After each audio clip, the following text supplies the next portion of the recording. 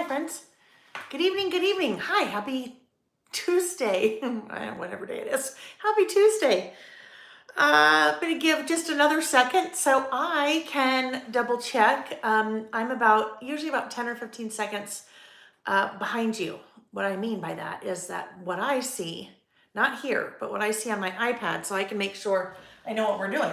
Well, I know what we're doing, but so I can see what you guys see. Sometimes it just takes a second for that to catch up. So let's clean off some glasses. No, that does not work. I really now cannot see what anything says over there. Welcome, guys. Welcome, welcome. So we are here tonight for the This Is Me Traveler's Notebook class. Oh my goodness, this kit has given me fits like you wouldn't believe. Well, to start out, I definitely underestimated the demand for this one, so which normally is no problem. The collection that I've used for the kit is from Simple Stories, and it is the My Story collection. For the most part, every so often, Simple Stories will have a collection that will sell out like right off the bat. But usually the last thing to sell out is the paper. Now, this collection did not sell out right off the bat. However, there was one paper that sold out right off the bat. And wouldn't you know it, it was one of the papers I used in the kit. So I scrambled as I added a second round of kits. And I think I went to scrapbook.com and bought 25 sheets there. Just like you guys do as a consumer. And then then they were out, went to Cherry on Top, bought 25 sheets from there. I was able to get 25 sheets from a distributor. So I, all in all, was able to add 75 more kits to my initial amount. And I think maybe as of this afternoon, I think we're down to the last 6. So yesterday, I was able to add the last 25. I bring all that up because some of you are still waiting for your kit because you ordered a little bit later. So a little bit later, I'm going to say maybe like last Wednesday. I want to say maybe last Wednesday onward. And whatever last Wednesday was, the 27th, or I don't know, something like that. Anyhow, good news is, and someone asked this today, she said, I didn't get my kit yet. Does that mean they're sold out? She had already placed her order. And I said, no. Once you place your order and once you check out and pay, it's considered placed on my end. That means that whatever you bought is taken out of inventory. So it is there. It's there for sure because it has been spent, if you will. So those of you that have not received your kit, no worries. You will just watch the replay, which there are going to be quite a few of you, I think, watching the replay. So whether you're watching live or whether you're watching the replay, whether you're watching live and asked for the link so you could follow along with us while you're still waiting for your kit, it's all good. If you didn't know that you were watching the replay, you would just think it was live, right? Right. All right, so I'm going to check in the chat very quickly. The chat, if you are new to any of my online classes, the chat is a great place if you're watching live to pop in, say hello. If you're in there and you haven't really said anything, you'll notice that people like to pop in and say hi and where they're from. And lots of times at the beginning, we chat about the weather. It's kind of like the water cooler talk, right? If you're in an office or something like that. So chat is a great place to pop in and say hello. It's also a great place to ask questions. So as we start working, and I flip the camera and I'm working along with you. If you have questions, it's a great place to ask a question. If you are used to my Saturday sessions where we do our creative listing, a class like this is totally different in that the chat goes nowhere near as fast because most of us are going to be working as opposed to a lot of times in the chat, people are just, there for company or what have you. So chat's a great place for questions. If I happen to miss your question, don't be shy. You can ask it again. Sometimes if you put it in all uppercase, then I will see it. So that is just a little tip. If you're watching the replay, you can still watch the chat because it will replay as it occurred, but you can't like fast forward through the chat. It just replays as it occurs. But because it was live, you can't participate in the chat if you're watching the replay. If you have questions and you're watching the replay, you can either leave a comment on the video when it's over and I'll be notified. I'll respond to your comment, or you can go to my website, laylabymail.com, and click on contact us and then send an email that way and I will get your question answered. So really quick before we get started, I am going to take a quick look at the chat just so I can see who's here, and I can see lots of things have gone. I'm scrolling up really quick. Hi, Joe. Lori from California, Lori and Mimi, and Rainey from Colorado, Diane from Arizona, Tony. Tony, you moved, right? Because I want to say, didn't you used to live in Ohio, maybe? I don't know. But you moved. I noticed that last time you placed an order that you were California. Hi, Christy from Worcestershire, Schererville. That's a hard one. Indiana, close to Chicago. Sarah from LA, Sandy from Texas, Nathan, who's Gina. Hi, Gina. Maureen from Ontario, Carla, Jennifer, Mary J. Blige is in the house. Sarah Nelson. Okay, lots of folks. Hi, Elise. I am just going to really quick, Jean and Gloria. Peggy, oh my goodness, cold. So some of you guys now in the Midwest, I saw somebody said snow in Michigan, right? Okay, so I think it was something like 89 or 93 or something here today, which we have jumped probably like 60 degrees in a week, which is crazy. Hi, Scrapbook Sister, Pamela. Okay, guys, I think we are going to get ready. I'll flip the camera here in one sec. You guys are talking about flowers. Something I learned a long time ago, the hard way. Here in Utah, we cannot plant anything, like as far as like porch flowers in, planters or containers or whatever, till Mother's Day weekend, because you get burnt. So I hope that no one's getting burned by bad weather and your flowers. Okay. I'm just scrolling to make sure I didn't miss anything real quick, you guys. We're almost there. Sammy from Dallas. Pamela shipped today. Tracy. Okay, I just read Tracy's comment in the chat. She said she's watching tonight, a devastating day. Her car started on fire while she was driving. Tracy. Oh my goodness, I'm so sorry. How scary. That's so scary. I'm glad that you're safe. Oh golly, that's just horrible. Now I've got to just really quick change the subject, but Tracy, know that I'm so glad you're okay. Sarah, it's her first class. Hi, Anna, Jill from Burlingame.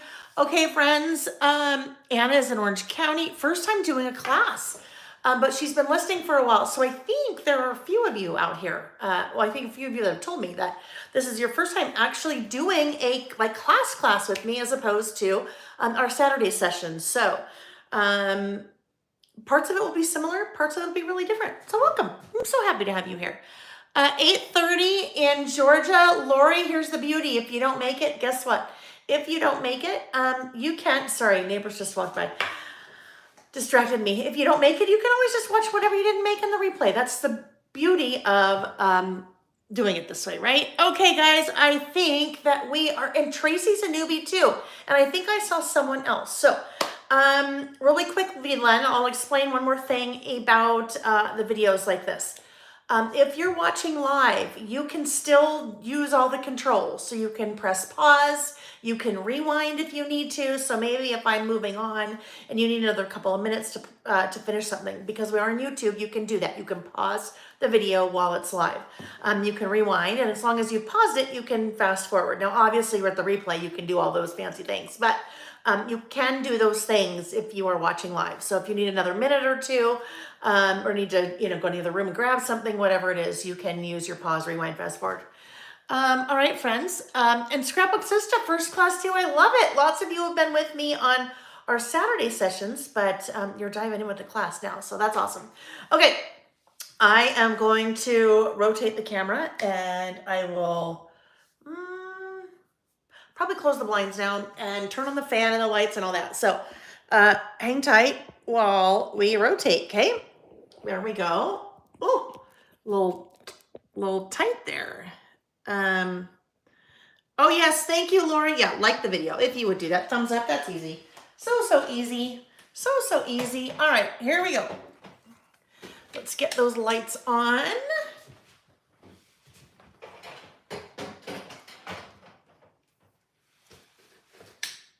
Okay.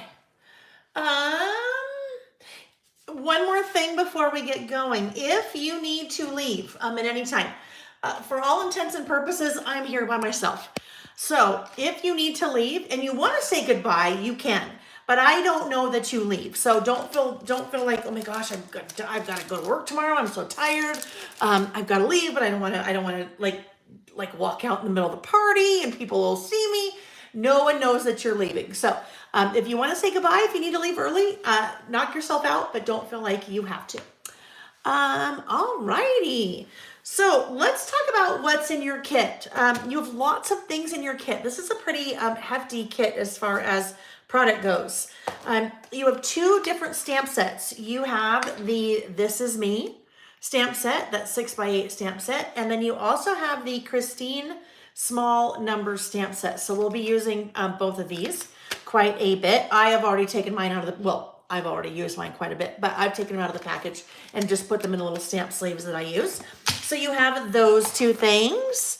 You have the sticker book from My Story. So you have 12 sheets. Okay, what are we saying? You've got this Lori.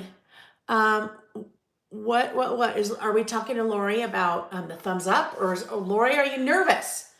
Oh look, Christy's first one too. Okay, nobody be nervous. All right.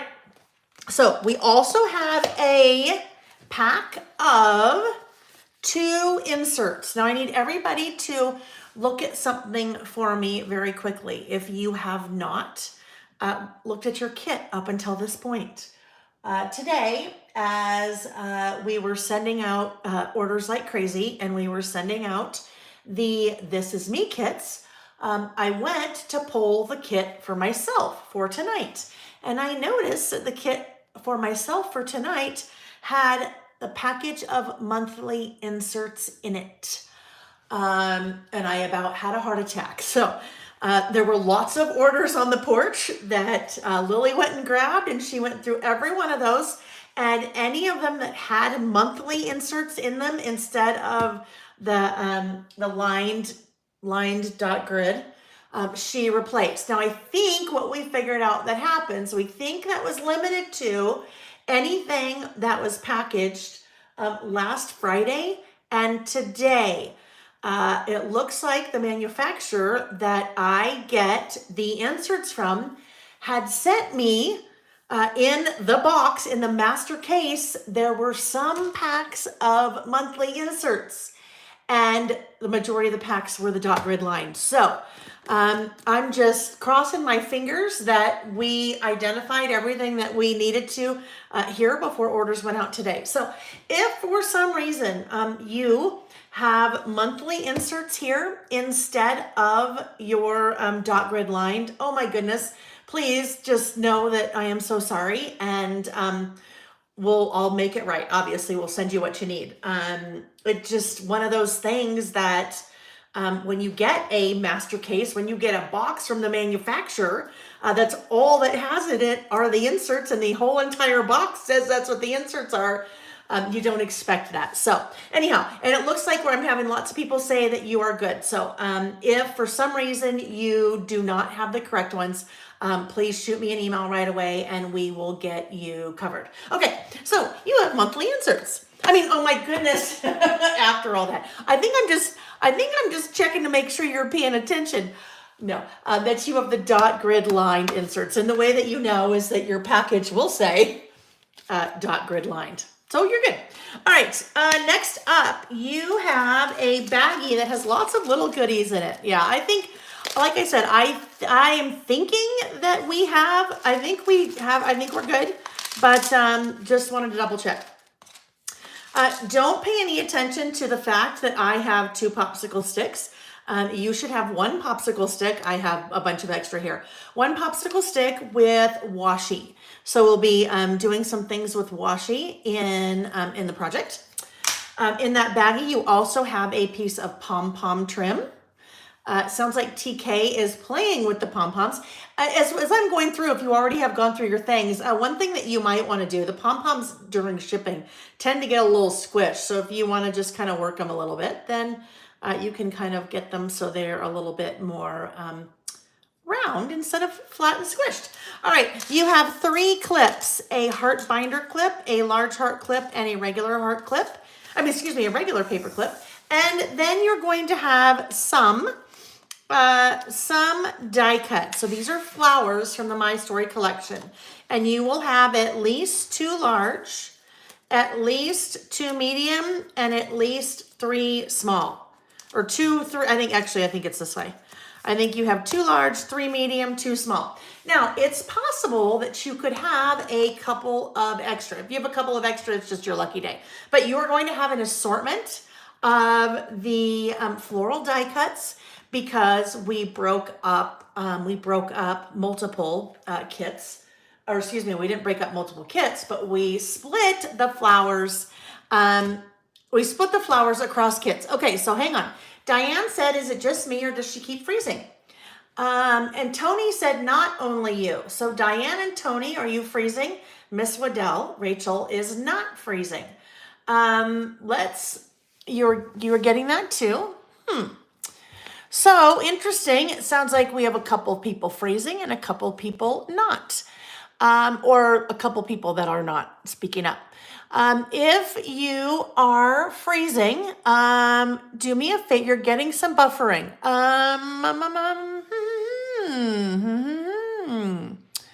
Well, I wonder what we are doing. Yeah, this is where, you guys, this is always what makes it super hard to troubleshoot.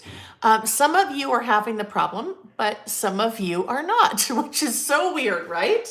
It is so weird. Let me suggest this. Let me suggest a couple things.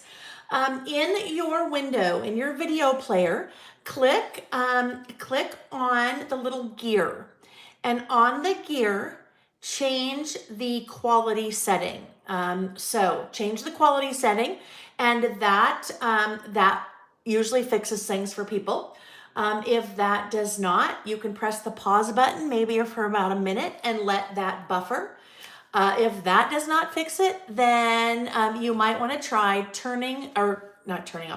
completely closing out your internet browser and bringing it back up again. So it just when some people are okay and when some people are not, then there's not a lot I can do because I know it's not on my end. So yes, could be your internet, but a lot of times some of those things will help fix it. So, but if all else fails, press pause for a minute or two, go grab something to drink, and then come back. Okay, that just reminded me, I do not have my little water. I'm going to need that at some point here. Okay, so those were the things in our baggie. I'm going to put all those things back in again. Back in again. What B+? I don't know what that means, Elise. What did I miss? What did I miss? I don't know. All righty. Then we have, what number setting? What is it on? If it's low, go high, and if it's high, go low. How about that? If it's low, go high, and if it's high, go low. Sometimes YouTube will set it to what it thinks you need to be at. So low, go high, high, go low. All right, other things that you have in your kit. You have your color step-by-step instructions. Don't do the auto, Elise. Go, if it was a low number, go up to a high number or go up to a higher quality. And if it was on a high quality or high number, go down lower. Just off the top of my head, I'm trying to remember what those little options are. 720. So try 720. And if 720 is too high, then try the next one. Okay, so you have your color step-by-step instructions. Marie's gonna watch while she's having dinner. Mimi, your IT. Yeah, 720 or 740. Mimi, on your gear, you should see just one little thing that says quality. So before, you don't see a gear. Lower right-hand corner of your little window, you should see a little gear.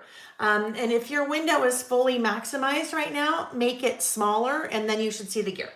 Okay, so we have our color step-by-step instructions, double-sided. You also have a one sheet of a lot of different ideas as far as things that you can document about yourself, right? Because that's what this is about. This class is called This Is Me because I'm hoping that you are going to document you. So here's a whole bunch of different lists, different ideas that you can use to document you. And we'll talk a lot about this as we get going. All right, the last couple of things in your kit that we need to take a look at are the papers. You have 2 sheets of 8.5 by 11 white cardstock. You have a 12 by 12 that is either going to look like this, or it is going to be a sheet that has gold doilies on it. Okay, so either gold doilies or a sheet that looks like this. I ran out of the gold doily paper after the very first run. This is used, whether it's the gold doily or whether it's this vellum, it's used in a very kind of limited area. So don't be worried if you have this one or if you have the gold doilies. We'll use them both the same. And then you have Mimi, yes, the white paper is the Neenah. Yes, the white paper is the Neenah. It's interesting. They did something, and I've ordered the same one over and over and over again. And when I got this, I even double checked to make sure that it was the same thing. If you hold this in your hand, you may feel like right now, the top is really smooth. The bottom feels like it has a little bit of a texture to it, okay? So, when we're stamping or when we're using this, we're going to want to have the smooth side up, okay? That little texture is something that they haven't done before, so that's it kind of threw me a little bit for a loop, but yes, it is. All right, so 2 sheets of that, and then we have our 12 by 12 papers. So all of these are from the My Story collection. So you have that navy floral with the fun mint check on the back. It's kind of a little rose pattern with the black and white grid on the back. You have the 3x4 papers. Hi, Ashley. Thanks for popping in. Sounds like Ashley said she's going to watch it this weekend. This is the, love this paper, the butterfly paper, but I love it. I love that back side of it. You have the journal elements, and this is the elusive paper that is sold out. This is the one. Now, you know what? If it was something that was a little less awesome, a little less like perfect for this project, I would have been like, oh, it's fine. I'll substitute it. People won't care. No, this to me is like the perfect. This is like telling your story with all the books. So that's the one that's sold out many times. Well, it's sold out in Simple Stories. Now I've just tried to find it in all the different nooks and crannies where I can. All right, so there we go. We are going to start out by doing some cutting, all right? So as we look at our color step-by-step instructions, up at the very top, it tells us to refer to the last page of the instructions for the supply list. So the products that the tools and things that you'll want to have with you to work with, and cutting instructions, and also some tips, tricks, and techniques that we will go through in detail as we are stamping, because I know some of you are so afraid to stamp. We're going to change that. All right, so last page, you have your supply list. So up top, these are the kind of the general things that would be really helpful for you to have. You're going to have a little bit of a hard time working on the project if you don't have these things up at the top. Lori, we should have 1 gold pattern vellum paper. Correct. It is either that floral that I showed, or it is a gold, kind of a vellum with gold foil doilies. So you should have 1 of those. TK, don't worry, you'll be okay. We're not going to mess up cutting the paper. We're good. So that top here is the supply list.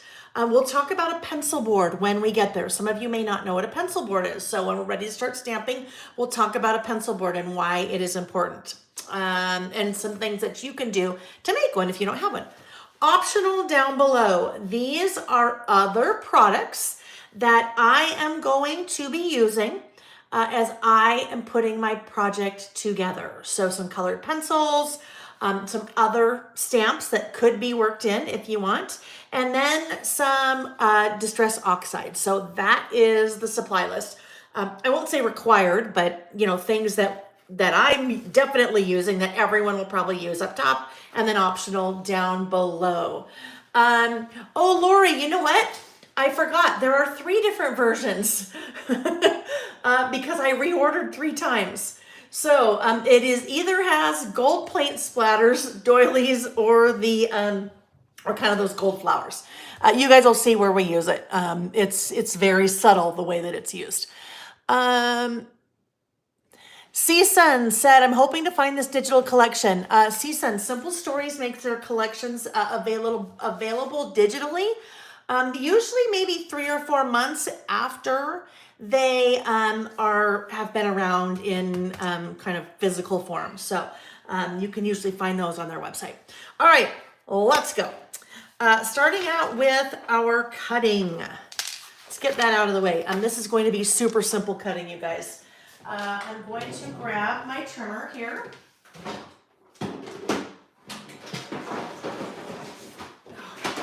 Oh, I'm almost so excited. Almost so excited. My my craft room is getting redone. And we had somebody come out and bid it, and now another person bid it, and the guy's coming tomorrow, and I'm paying the deposit. I'm so excited. Okay, just I say that because a lot of times things are everywhere. Okay, so we are going to start out with that paper. Those are the journal elements, and we are going to start out with this paper, the 3x4 elements. So we're keeping it super simple. All we're going to do is cut apart all of these cards. So 4x3, that will give us 12 cards. And then we're going to cut out these individual journal elements. So that will give us all separate little cards here. All right, so let's start with that. And now is where we chit chat. Well, that's where I chit chat because I'm kind of cutting and I don't really have to think on these two papers. I will say, if you want to save your product strips, and we'll talk about product strips a little bit and what you can do with your product strips. And those are the pieces that you usually cut off right away that have the product information on them. Alrighty, so just trimming away. Hope everyone's doing well tonight. Very glad Tracy's doing well tonight after her car issues. That's a pretty big car issue. Some of you are sitting and watching and kicking back and enjoying yourselves. Well, hopefully everyone's enjoying themselves. Some of you are kicking back and not doing any work for one of two reasons. Number one, you may not have your kit yet. But number two, I know some of you tell me that you actually, even when you have your kit in time for class, some of you like to just watch.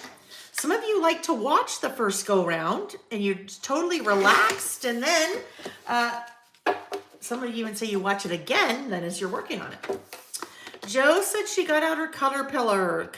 That is that's the big trimmer that I'm using right here. I have so many different trimmers. It's not even funny. This by far is still my favorite. I just love the way it cuts. It's just amazing. It's just, you never see me on a Saturday pull this out because it's so bulky and clunky. It's hard to bring in and out because I'm cutting, fairly often on a Saturday. Tracy said, yeah, she can't get used to her. I think the biggest tip, Tracy, is whenever I cut, I'm just making sure that I'm holding on to that so that that blade is pressing against the metal right there. That's kind of my little trick. So I hold on, my little trick, I hold on top, and then those two fingers just kind of hold that right there, and there we go. Jill said, hope you and Nick had a nice time on your first Harvey trip of the season. Thank you, we did, Jill. What Jill's talking about, Harvey, if you don't know, Harvey is our Harvey. Hang on, I'm gonna grab my water real quick, you guys. Actually, I'll ask someone to bring it. Hey, honey, Nick? What? Can you bring my water for me? Yep, Sam will bring it to you. Okay, thanks. Sam, our younger son, came over to do some electrical things for us. And so he's gonna bring it in for me. Thank you, sweetie. Are you leaving? Okay, goodbye. Maybe. Okay, thank you. Love you, bye. Love you, bye. Okay. All right. Oh yes, so really quick, I think it's pretty obvious how you cut this paper, but I start out by cutting vertically because you can't really cut horizontally anywhere because nothing really lines up. So just kind of pay attention to that as you're doing it.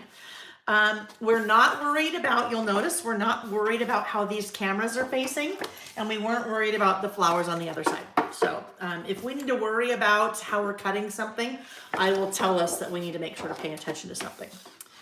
All right. Yes. So Nick and I, yes, we took our RV, Harvey, out. We left Saturday afternoon.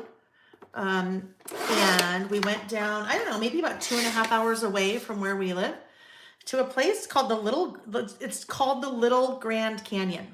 And it is literally like a miniature version of the Grand Canyon.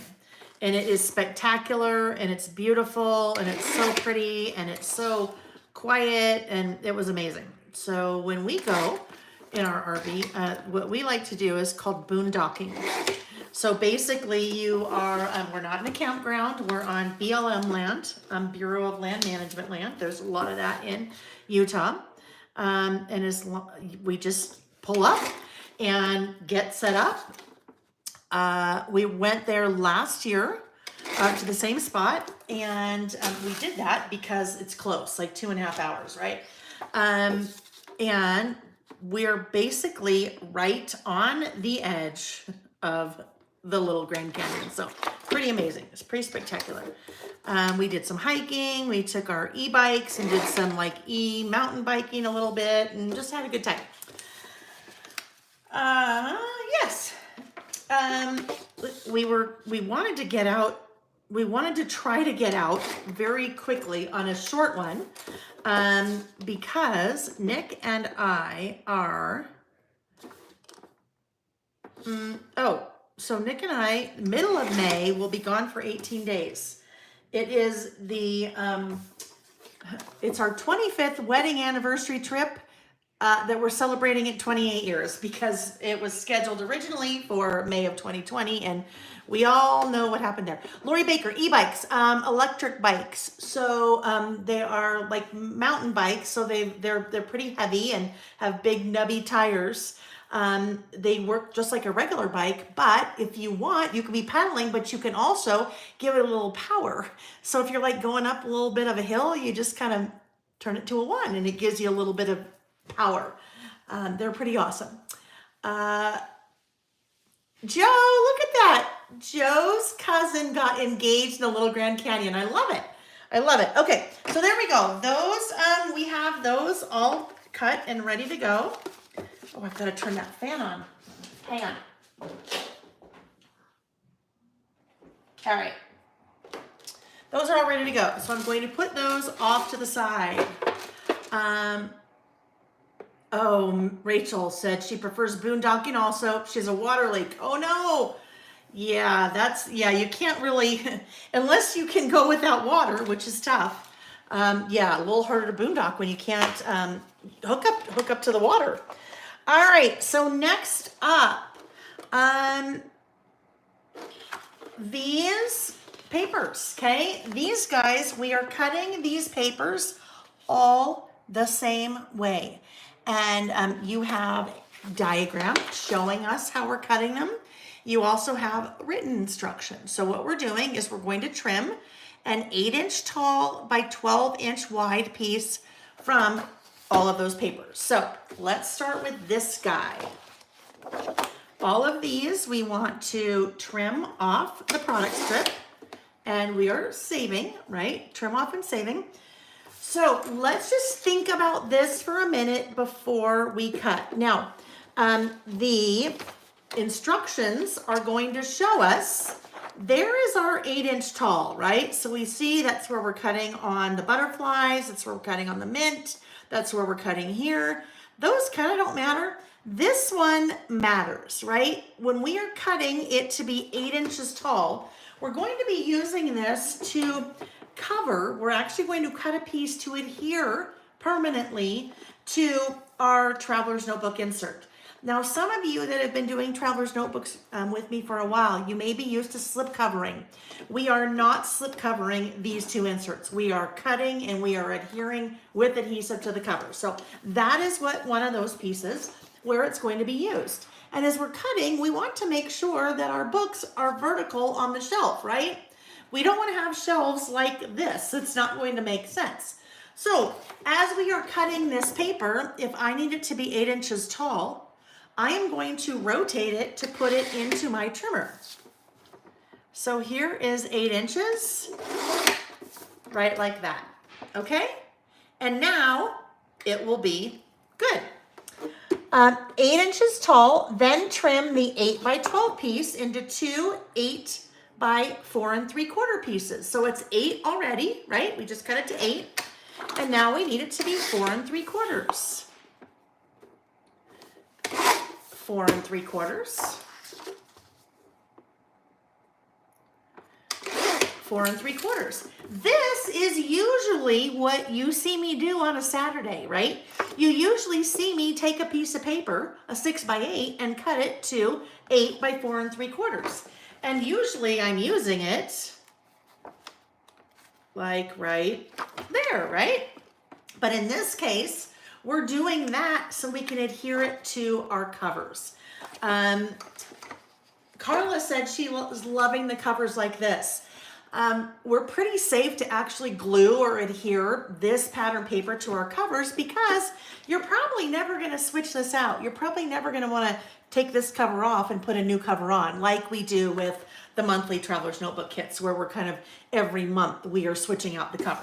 All right, so there we go. There are our 2 4 3/4 by 8s. Okay, so there we go. 2 pieces that are 8 inches tall by 4 3/4 wide. And that's what we're doing with 1, 2, 3, 4. This instruction is for the white. So that's what we have for those. So let's set all these little guys off to the side. And we'll move on to the next one.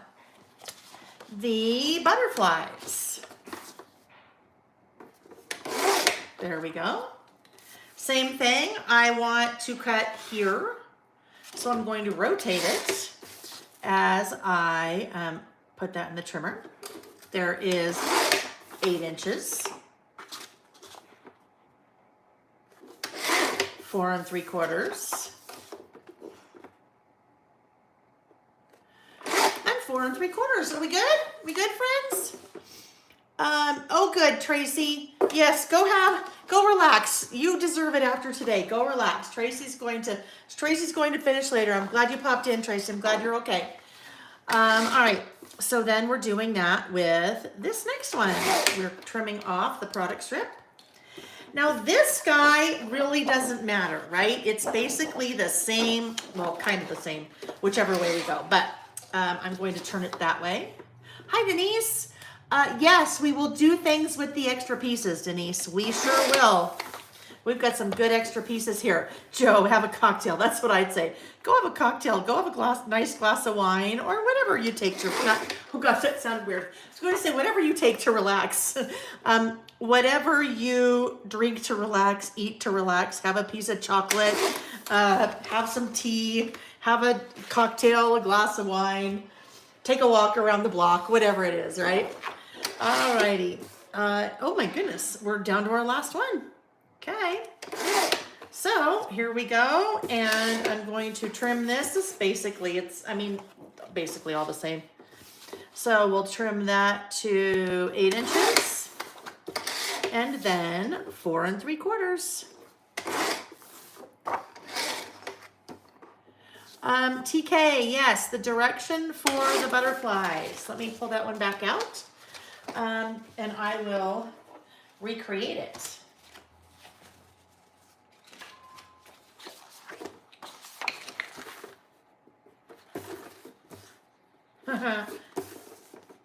Oh, I know. This came from in here, I bet. There we go. They're right side up or upside down or anyhow, just pretend that those went together. This is how that worked. So I rotated my paper in here, trimmed at 8, and then trimmed 4 3/4 and 4 3/4. So your butterflies are, they're not flying side to side. Your butterflies are flying face up or they're going through a loop and going upside down. All right, so we have all of our pattern paper trimmed. If you need an extra minute, you can just press pause. So press pause and then you can catch up as soon as you're ready. No stress. Alrighty, now we have our two 8.5 by 11 pieces of white cardstock with the 8.5 tall edge facing the left. That's what I mean. This is the 8.5 tall edge is facing the left. Just like the diagram shows, okay? Trim both white cardstock pieces to 7 inches tall. So we want to trim like this to 7 inches tall. Okay, so now it's 7 inches tall. Then trim two 3 3/4 wide pieces. 3 3/4 and 3 3/4. Now, for some of you, that measurement is going to sound really familiar. 7 by 3 3/4. Because on Saturdays, sometimes when I'm listing, I will take a piece of white paper like that and put that on top of there, and that's how I'm making my list. So those two were 7 by 3 3/4. And then we have one that's a little bit thinner, okay? Two that are 7 by 3 3/4, one that's a little bit thinner, and then that little piece. And we'll do that again. So trimming this down to 7, then 3 3/4, and 3 3/4. So in my classes, we will always cut the paper together. I just find that sometimes you get really nervous when you're cutting the paper, and I need to cut it. If I'm going to do the project, I need to cut it, so we might as well cut it together. All right, we are done with our cutting. You will still want to have a trimmer close to you, but I'm going to take this big guy out of the way because it's so bulky. Going forward, I'll just use a smaller trimmer. All righty, so we're now back to the front. We are going to decorate our pockets. Yes, Christy. I'll do that now. Christy just asked a great question. And it actually right down here in the instructions. So I'll jump down to that bottom part. I have divided the two inserts into categories. So basically, I have taken Rainy, not the vellum yet. We'll get to the vellum in a bit. So I have taken all of the topics here, kind of the categories. So the categories would be the things that are underlined. And I have kind of split them up across the two inserts. Now, I don't mean that I've done every single one of these. I mean, I have put that and that maybe in the first insert and these other things in the second insert. So that's how I have split up the two inserts. As we look at the first insert, I have started out with this section. So looking forward and back. So starting out with things that you are looking forward to this year. Now, when we talk about a year can be a calendar year or a year can be like a birth year, right? So if this is it's not my 54th year. This is actually my 55th year. I just haven't turned 55 yet.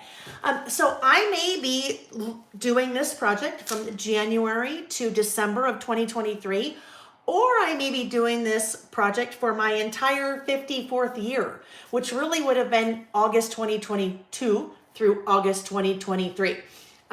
So that you can kind of, as you're starting to think a little bit on how you want to define a year, because this insert is starting with things that you're looking forward to, things that you want to learn, things you want to do more of, things that you want to do less of. And then you'll see I just took my little my handout and I cut it up and then put it in my book so that, and I could do any more of these lists here or all of these lists. So you may be thinking things that you're looking forward to doing.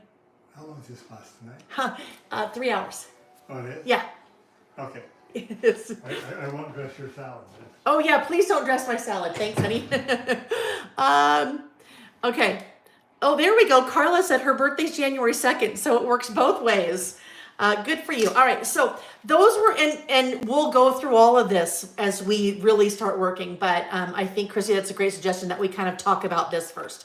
So then you have a whole insert. You have room for lots and lots and lots of different lists, or however you decide that you're documenting yourself. So from there, I moved into, well, just kind of a little funny, you're getting old when. But from there, I moved into bucket list. Bucket list could be travel. It could be spring, summer, winter, fall. It could be really anything else that you want to have that's on your bucket list.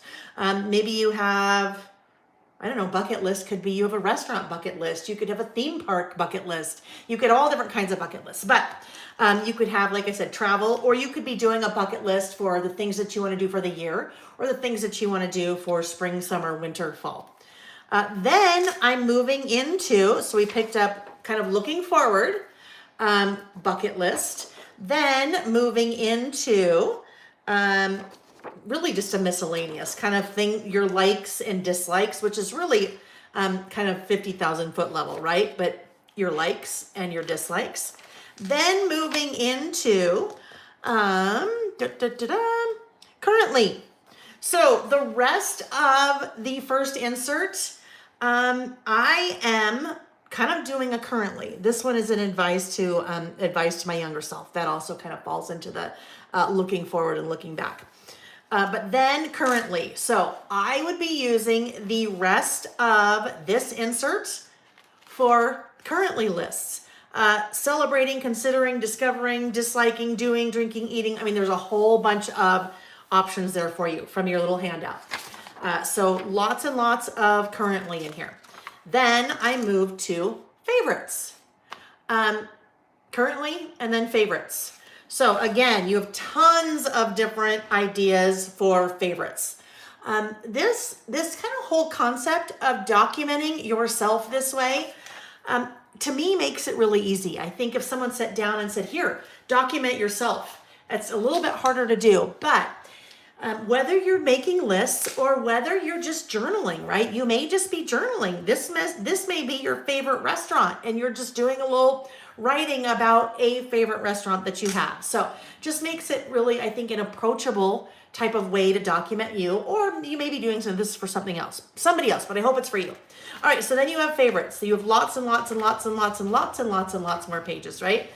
Then my thought was towards the end of this insert, since we started out with things that we're looking forward to, that we would wrap it up with a couple of things towards the end of the year. Maybe trends, things that you want to remember about your 54th year, things that you want to forget about your 54th year. So you've got some room for that. Then we moved into the rest of, or not the rest of, but some of these other options, kind of the looking back. So at the beginning, we were looking forward. Now we're looking back. Things that you learned, things that you did well, things that you want to change, and your favorite things about the year. So we will talk a lot more about that. TK, this is an interesting one. TK just said, do you give us ideas of how many pages to leave for currently's and favorites? Remind me, let's talk about that when we get to the currently, because there's two different ways that you can do, well, let's just talk about it now. We might as well. There's two different ways that you can do a currently. You can do a currently kind of in one fell swoop, like this. Currently, loving, liking, reading, playing, watching, learning, listening. You can kind of get them all down right there.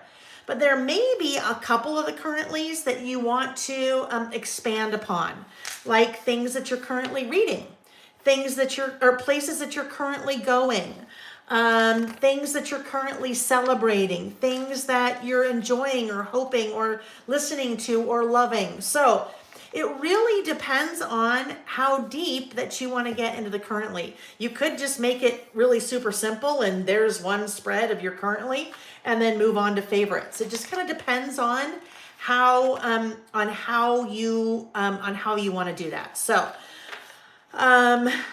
as we get going, one of the things I asked you to bring were sticky notes. And your sticky notes, I think, can serve two purposes. One thing that we'll do with our sticky notes is we will be doing some, I just totally lost the word. Oh, masking with a stamp. Don't be afraid of that. It'll be easy, masking with stamp. But the other thing, if you wanted, and I wouldn't do this, I wouldn't sit here in class and try to do this. This was something that I'd probably kind of do as an after. I would start taking a look at some of the things on this idea sheet and go, you know what? I really currently eating. I really like to eat, and I'd like to maybe do 1 page or 2 full pages on what I'm currently eating in this year of my life. And if that's the case, then I take my little stickies and go, okay, this one's currently eating, and then this is going to be this, and this is going to be this. If you're doing that with your sticky notes, that makes it really easy to kind of move things around before you commit. Now, you could do the same thing with a pencil, but it's a little hard for me to suggest exactly how many pages. I think the best way is to decide what you want to document and then go at it from that perspective. Once you kind of get your forwards and backs, and then you get the ones that you want to do at the end, you'll be left with a certain number of pages in between, and then you decide what you have room for. Now, with all of that said, your kit includes 2 inserts. Likely your traveler's notebook cover has 4 elastics, which means you could add 2 more inserts. So if you decide, oh my gosh, I want to do all of the favorites and I want to do all of the currently, you probably won't have enough room in both of your inserts to do all those things, because you could add an extra insert. Hopefully that helps. Okay, so that was the first insert. The second insert, I have divided that one into mostly the lists from All About Me. So your second insert is pretty much all of that. And that's how I kind of in my head thought it might make sense to do it. So this will get into what makes you you, ways that you like to relax. And these are just ones that I picked, you guys. Doesn't mean it has to be the ones that you picked from your All About Me list. Your favorite memories, your perfect day, things that make you happy, words that describe you. So lots of different options there. And we'll get into those a little bit more as we continue on. All right. So let's start out by, we're first going to decorate our pockets. If you do not have a traveler's notebook cover, you don't have to have a cover. You don't have to have this outside thing, because your little inserts could just be your little notebooks. So we are going to start very quickly by decorating the pockets. And then once we decorate the pockets, we will move on.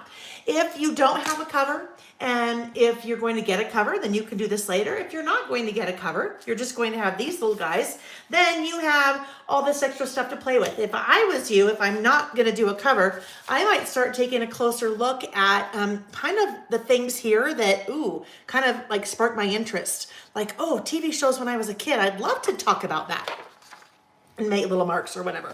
All right, so here we go. Here is my my second traveler's notebook. And we're going to basically start out by stuffing the pockets. Now, some of you are very used to this process with me, because this is what we do in the bi-monthly Traveler's Notebook kits. Every month, we decorate our pockets. Just got few little stray threads here. Every month, we decorate our pockets, and this is how we start. So, we will be using primarily our 3x4 cards. So those were all the same size cards that we cut earlier. We need this guy. That one's going to go in there. And for now, I'm just going to kind of stuff them, okay? There's that card. This card is Green Daisy. All of those are Green Daisy. So let me check and see which one that was. Aha. It is the bookmobile. I like to think of this as a bookmobile instead of the flower mobile. That's the bookmobile, okay? So that is going to go right in there. Now, you may have a different traveler's notebook cover than I do. And so you may have a different pocket configuration. If your pockets are configured differently, you'll just kind of mix things up and decorate so it works for what you have. All right, so then we have this little camera. Camera's going there. And we have the little kind of cafe street scene that we're just kind of putting right there. It's just going to be a little bit more color for us, a little bit of color and pattern there. This guy will go in this pocket. However, this guy I turned over that way. Okay, so I am hiding this bottom part. Now, even when I hide that, it is still a little bit too tall. So I'm going to come in and actually cut that bottom part off. I may later decide I want to cut out this moment. I might want to cut this out. And I could totally use that on one of my pages, right? On one of my little lists. Now, I predominantly, when I'm documenting things these days, am documenting listing style. So that's what we have here. Those are all list topics. And I would just make those lists, things that I'm looking forward to, and I'd make a list of those things. But if that isn't your thing, if the listing isn't your thing, then you're just going to be doing your little journaling, things that you're looking forward to this year. You're going to be writing.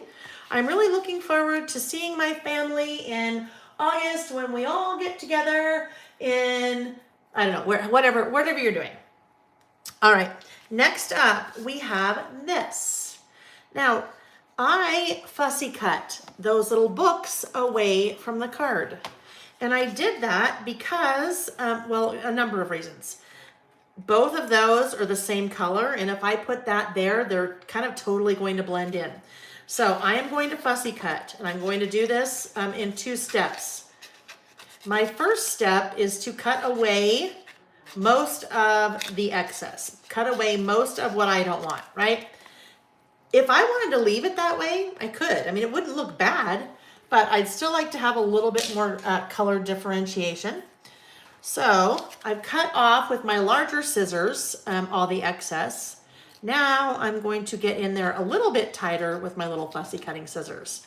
When you're fussy cutting, if you haven't done any fussy cutting before, this is called fussy cutting. We are fussily cutting something from a larger something. When I fussy cut, for the most part, I am leaving a little border just because it's so much easier to leave a little border. Okay, when I say a little border, that's what I mean. See how you can still see some of that mint from the background over there?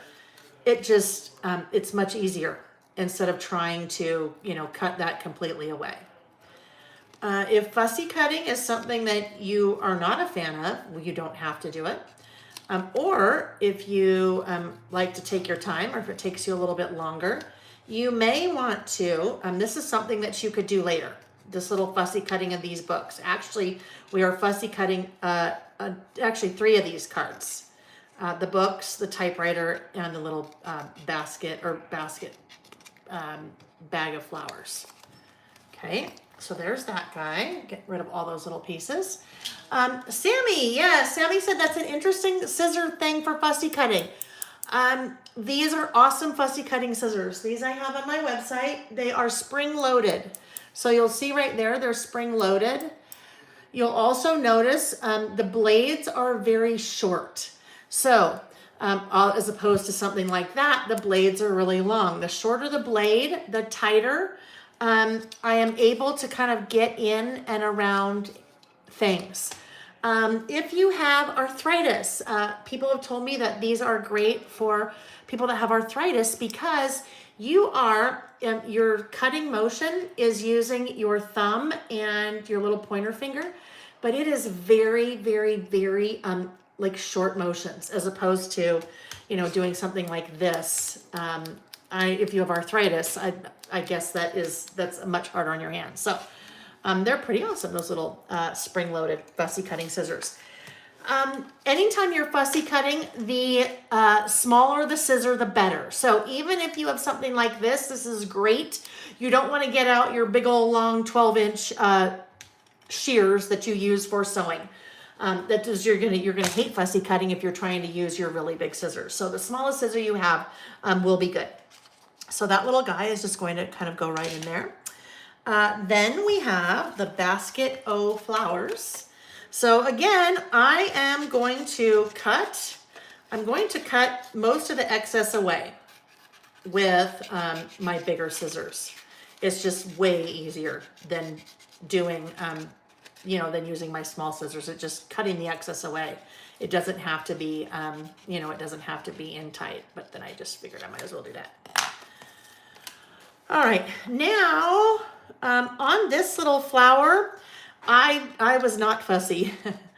I was not fussy. I mean, I just left quite a bit of yellow around those flowers just because I didn't want to use a card. I wanted it to look a little bit more like a die cut, but I didn't want to get all crazy. Like you'll notice, I left the yellow there behind the handles of that little flower basket or flower purse, or I don't know. I guess it's like at a farmer's market. It's a bag that you'd carry to a farmer's market and get your fresh flowers. Okay, so there we go. That is tucking in that pocket. And then we have our little typewriter.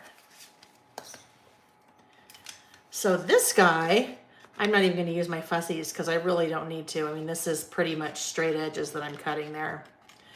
I am cutting off the paper. Basically, I just have this fun little red typewriter that does not have a carriage return because I just chopped it right off. You'll notice I didn't keep the carriage return little guy on there, the thing that you go and it makes the carriage return. I did not keep that. Nobody's got time for that kind of fussy cutting. Well, you do. If you want to do it, you can. But all right. I don't ever keep things like that. It's too much. You'll never know. No one will ever know. No one's going to know that there was a carriage return on that typewriter. Alrighty, so next up, we need, hang on.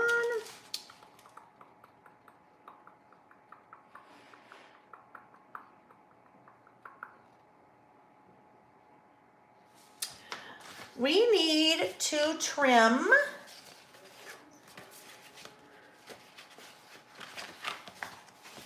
this piece. Ain't nobody got time for that. Yes, Joe, absolutely. Hi, AF Scrapper Mom. Oh, good. That'll be fun. She said she has got a crop this weekend and she will work on the project then. All right, so this piece, this was left over after we cut our two pieces that were our two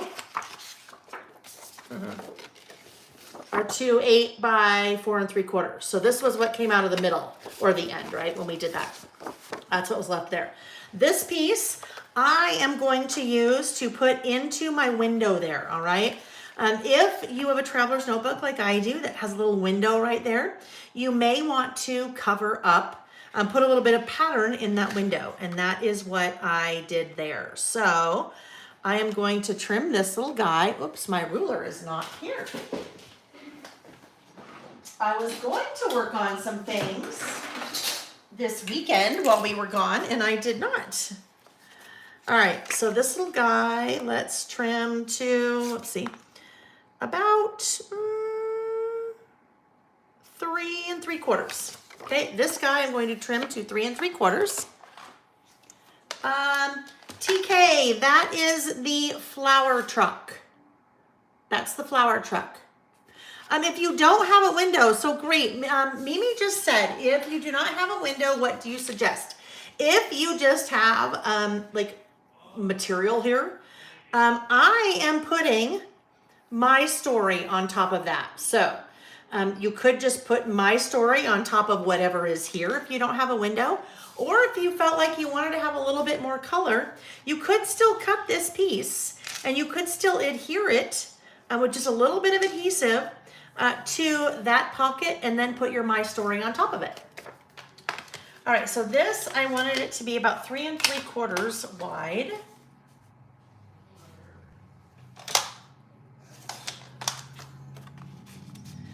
And that will just go right in my little pocket like that. Okay, a little bit too tall, so I'm gonna just trim off maybe about 1/4 inch. So that is about 2 1/4 by 3 3/4. So 2 1/4 by 3 3/4. And that will just be nice right there to just add a little bit of color behind that pocket. All right, now these little guys can go back in, and I will tuck them behind the piece that I just put in there. Gloria just asked a great question. Gloria said the other day, and what she's referring to is when we did the May Traveler's Notebook setup. For those of you that did the bi-monthly, we outlined our cards. So if you haven't done a class with me before, you're probably used to seeing this on one of our Saturday sessions, but I outline everything. So I've even outlined all of those little cards. Well, let's see, 1, 2, 3, 4, 5. So I can find my Sharpie. Here we go. And I can just kind of hold on to them and outline while they're in the pockets, or I can take them out of the pockets. It's probably better if you take them out of the pockets, just so you don't accidentally write on your traveler's notebook. I go pretty quick when I outline, so I've been doing it like 20 years, so I'm not worried about maybe getting it on something else, like my cover, but all right, so here we go. Those guys are kind of really, I think, where I want them to be. One thing that I like to do, when I get everything kind of decorated in the pockets, I like to, and we'll come back and add stickers in a minute, but I like to just add a little tiny bit of adhesive. So I added a tiny bit of adhesive up under the white one. So those two are connected together. I'll add a little bit right there. So those two are connected together. I can add a little bit behind. Before I put that one in, one of the things on your supply list was pop dots or foam squares.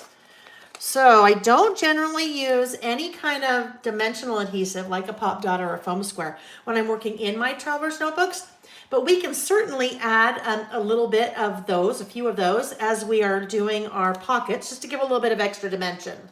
So I just put a little foam square right there, and that, as it sits right there, will now adhere that piece to that one. This guy, I need to just add a little bit of adhesive, probably about right there. So it is adhered to the guy underneath it, or on top of it. Move that a tad. And then these two I can adhere together. So that, whoopsie, I just put that in the wrong place. Ashley said she ordered the 6x8 and extra embellies for the project. Yes, there's a 6x8 paper pad that comes with the collection, or that's part of the collection. There is also there's the die cut pieces, or excuse me, the bits and pieces, and the journal bits as well. So if you wanted to add to your project, there are other things that you could add. All right, so all of these pieces, especially these right here, are pretty secure. They're not going anywhere. These two are kind of floating around a little bit. If I just add a little tiny bit of adhesive, just a teeny tiny, and pop that under there, that is not going to go anywhere now. So those guys are now secure. I like to add just a little bit, okay? You don't need to add a lot. The reason I say I like to add a little bit, especially if you are switching out your covers. If you do bi-monthlies with us, a lot of times people will switch out their colors, their covers for the different months or different seasons. You don't want to add too much adhesive because any adhesive that you add, like you can see right there, I've just had a little bit from that adhesive sticking. I've got a little bit of a stain from whatever card. There was a red card or something there. So go very, very, you know what I mean? Don't use a lot of adhesive if you're using adhesive to help tack any of those down. Okay, So now we need to add some stickers. We're going to come back and add stickers with our sticker book. You guys, this is very much a project about you, right? And when it's about you, it should make you happy. So if I've used something as I've decorated that is really not your style or you really particularly don't like for example, a bird, then don't use it. You've got lots of things to use. You've got lots of stickers in this sticker book. I didn't come close to using them all. Oh, I just pulled off my little bird's foot. I'll have to fix that. So if you're like, well, I don't really like a bird, or I might want to use that bird somewhere else, I might not want to use it here, then you know what? Don't add your stickers right now. You could come back and do any additional decorating later if you wanted to, you know, kind of see where everything was used first. There's a little bird. Right here, I have used a little label sticker that says all about me. There are a couple of those. So there is a green one, there is kind of a coral colored one, and there is an orange one. Is that it? That must be it.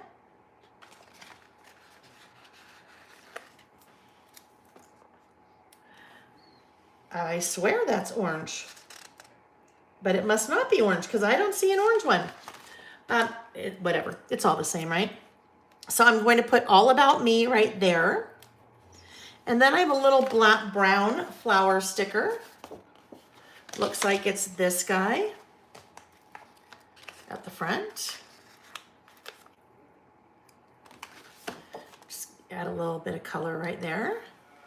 Then we have here, we kind of have that open space. And so there I used a sticker that is on the back. Last page, it is this guy.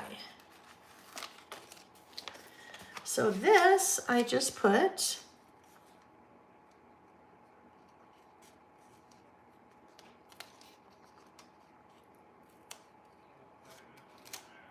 right about there. Then we have one of our die cuts. So when class first started and we were going through all the product, we were talking about the little die cuts that you had in your bag. And I mentioned that your die cut, your flowers may be the same that I have, or they may be different. These are pulled from the flower bits and pieces. So we split apart packs so that we would all have some flowers. So you may have same, you may have different. I am looking for a smallish one. So my little smallish one is just going to go right about there. And that guy I am going to pop dot just to give it a little bit of extra lift. There we go. And nothing there. All right, so now we come down here. When we get here, Gloria said I need to order that TN cover. It's perfect for this kit. I know, the mint scallop. It is perfect. Surprisingly, it's it never ceases to amaze me, but then it does. How many times I end up using the mint scallop? It actually mint goes with a lot of scrapbook products or paper crafting products. Okay, so the last sticker that we are using is the one that says My Story. And it is a pretty big one, right? It's this guy right here, My Story. I have adhered it to the front of that window. When you're pulling these stickers off, especially if they are longer, have more surface area to them, be gentle because you don't want to, rip them. So just kind of go slowly and peel them off. So here's My Story, and My Story just goes right here along the bottom. Remember, if you don't have a window, you can use the sticker there if you have kind of the same width. If not, you can use a sticker somewhere else. Okay, there we go. So I've got a little bit of adhesive there. Our pockets are done. The next part we're going to talk through, but we are not going to do it together because depending on how you do it, it may take a little bit of time to dry. All right, we are going to create a pocket stuffer.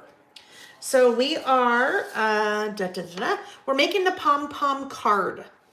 That is what this is. This little card that is stuck in there. The pom-poms are attached to that card. So you don't see the card at all. You just see the cute little pom-pom trims sticking out. So for that, we are going to take the pink roses paper. That would be, that would be this guy, okay? So this one that you have left over, this is the 12-inch piece, okay? What sticker is down by the typewriter basket? That is one of your die cuts, TK. So it's just one of your small little flowers. You may have a yellow one, you may have a coral one, you may have a pink one or a blue one. You have a couple of those smalls, so just grab one of your little small stickers and that is what's going there. I have two different ones because those were split up. All right, so this is the piece that we need to make our pom-pom card. This is the piece that we had left over. It is 12 inches long. We need to trim this to 8 inches.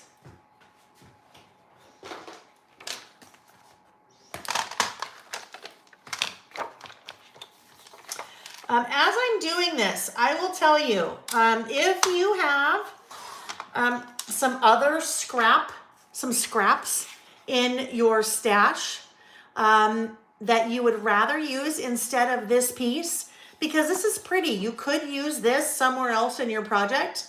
Doesn't matter what the paper is, because look, you don't see any of it. You don't see any of the paper. In fact, I cheated. That's from a past kit and I just threw it in there. So you're not going to see that paper. If you decide you don't want to cut this or you don't want to use this, then you could save it and use it for something else. Just grab another piece of old pattern paper you have from your stash and you'll want it to be 8 inches. The width, oopsie, this guy's gonna have to come back up again.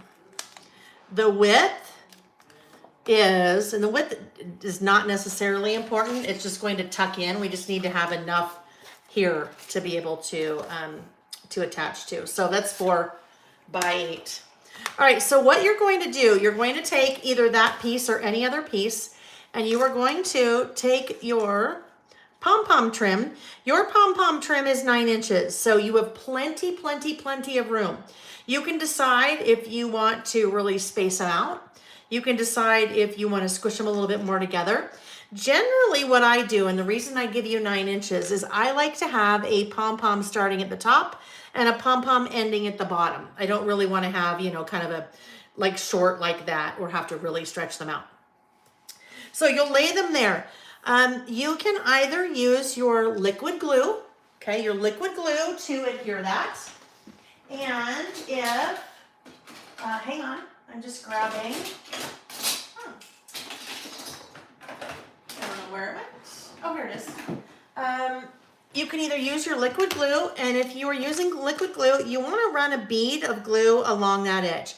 And you want it to be, I mean, this is pretty porous. It's going to soak up that glue pretty quick. And I'm not going to do this now, and I definitely won't do it now with liquid glue because I'll need to hold it for a bit in order to get it to stick and dry. You could use your liquid glue, or you could come in and use your stapler, use your tiny attacher, and just staple. So if I'm doing that, get my little pom-pom up towards the edge. Whoopsie.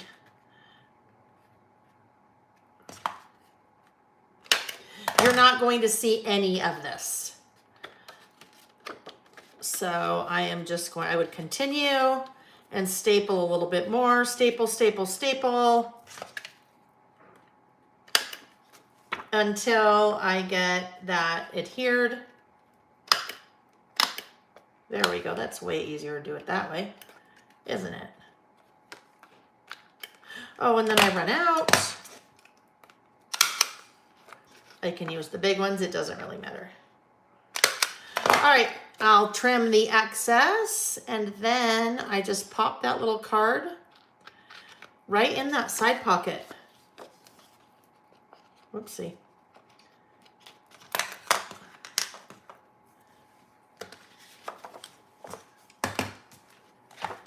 Like so. Okay. And I tuck it in so I don't see any of that little side trim. Whoopsie. I had to move that, so my little guys had to move a little bit.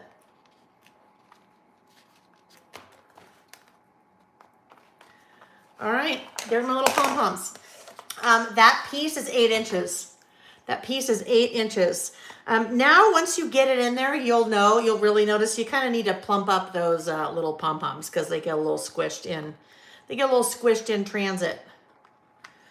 Both from the place where I order them to me, and then from me to you. All right, so there we go.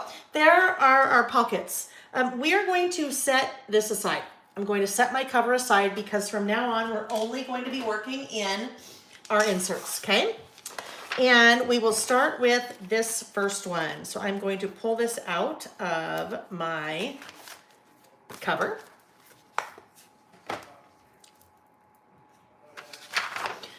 So we're covering the inserts. So for our first one, and in your pack, you have a dot grid and a lined. Doesn't really matter, but for my first one, I used the lined. The first one we are covering with the bookshelf paper. Doesn't matter which one because you have 2, and that we're going to adhere to there. But what I want to do first is I want to round the upper and lower right corners so that it matches-ish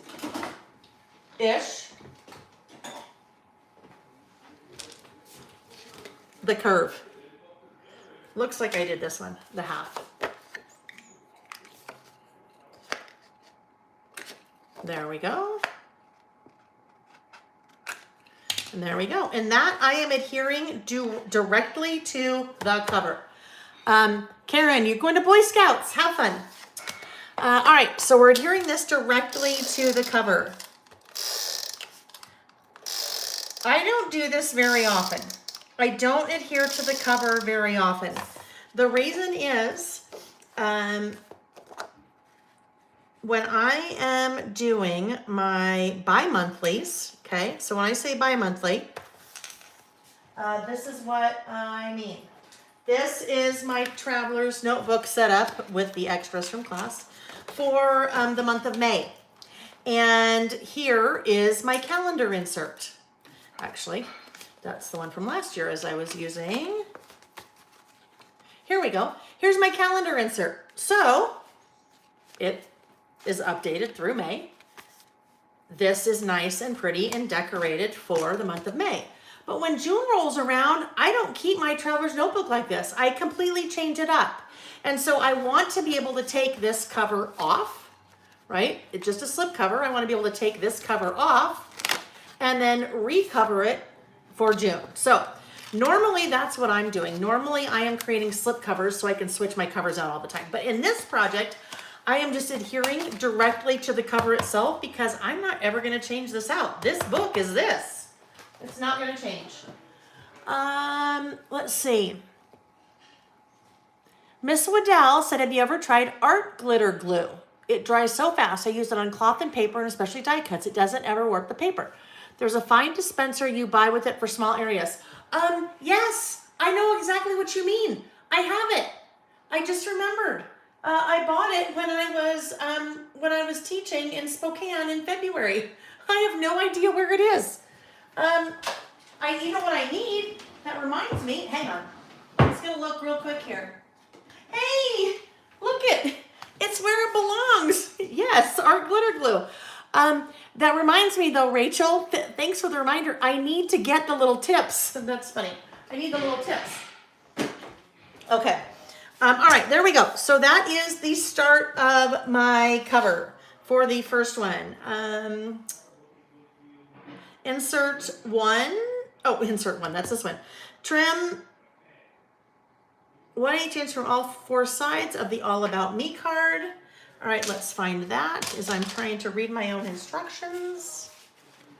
Where are the cards? I don't know. Can you guys hear my family in the other room?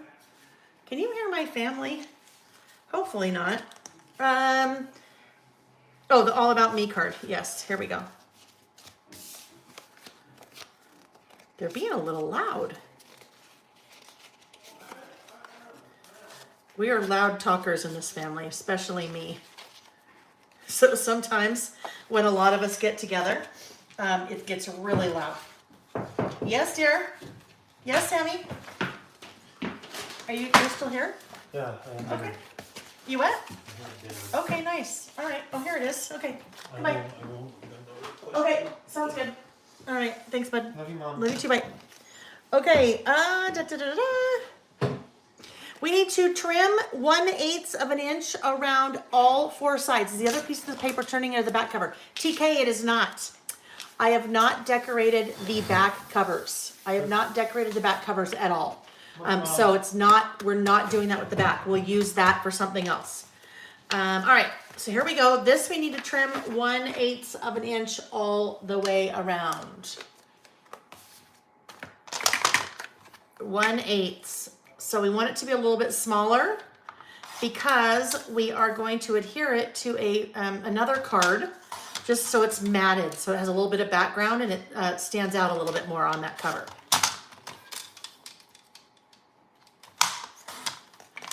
Like so. And then we are adhering that to the Good Life card. The Good Life card. So that is going to go right there. So we'll just have a little bit of a nice white border, and that will help that to stand out on those bookshelves that are so fun but so busy, right? We want to be able to see that. So that will go there. And when I add things to my covers, I usually go the top third.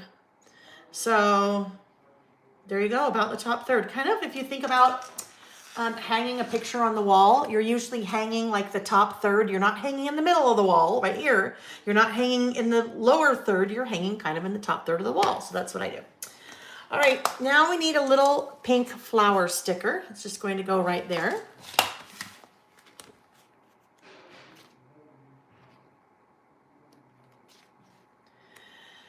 Now we hunt for the little pink flower sticker. Not there. Aha, here it is, right under memories. Now, those stickers are basically, for all intents and purposes, the exact same sticker. So if you wanted to grab an orange sticker or yellow sticker instead of this one, you'd be fine. Pink sticker. Okay, there we go. Super basic, right? It's super basic, decorated that cover. So let's get the other cover partially decorated, okay? And then we'll finish that up in a minute. So there we go, there are those. This one, we are going to take another one of our pieces that is 8 by 4 3/4. I'm using the mint side facing up, so I'm going to round the upper and lower right-hand corners again. And then I will come in and apply my adhesive. So whatever adhesive that you're using, whether it's your tape runner, whether it is score tape or double-sided tape, if you're using art glitter glue, if you are using whatever you're using, get close to the, here I got close to the edge. I'm also going to just kind of get a little bit close into that edge as well, so those edges don't lift. And I went a little bit over the edge. Oh, I know what I haven't done. I did not outline. So let's come in and outline. While I'm outlining, guess what big ol' invoice I paid today? The one for the idea book, which means they are done and hopefully they're getting delivered tomorrow. Yippee! Very excited about that. So those now will go up on the website on Thursday around 11 p.m. 11 a.m. 11 a.m. Pacific. Now, I have lots, so don't be scared. But that's when the whole sale will start for International Scrapbook Day, which is Saturday. But the sale will start on Thursday at 11 a.m. Pacific because I'll have the idea books.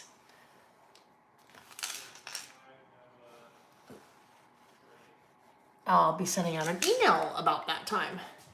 AF Scrapper Mom, don't worry. Don't worry, I ordered a lot. I ordered a lot because I think, well, it's something that I'll have for a long time because there are always new people. There are always new people that find me and join our Saturdays and are just getting interested in listings. So, and the printer's local, so I can have more printed if I need. I can have a second edition or second edition, third printing, whatever it is. Yeah. Okay. So for our next one, I have taken this card. I'm going to have us wait to adhere this card, all right? Because there's some stamping on there. I want us to talk about stamping in a few minutes. So I am not going to adhere this one yet because I want to be able to do my stamping before I adhere it. It will make it a lot easier. So this little guy we're just going to set off to the side for a minute. And we'll set this guy off to the side for a minute because we're going to focus on that first insert to start. All right, let's get some of this stuff out of the way. Feels like it's just so like crammed in here. All right.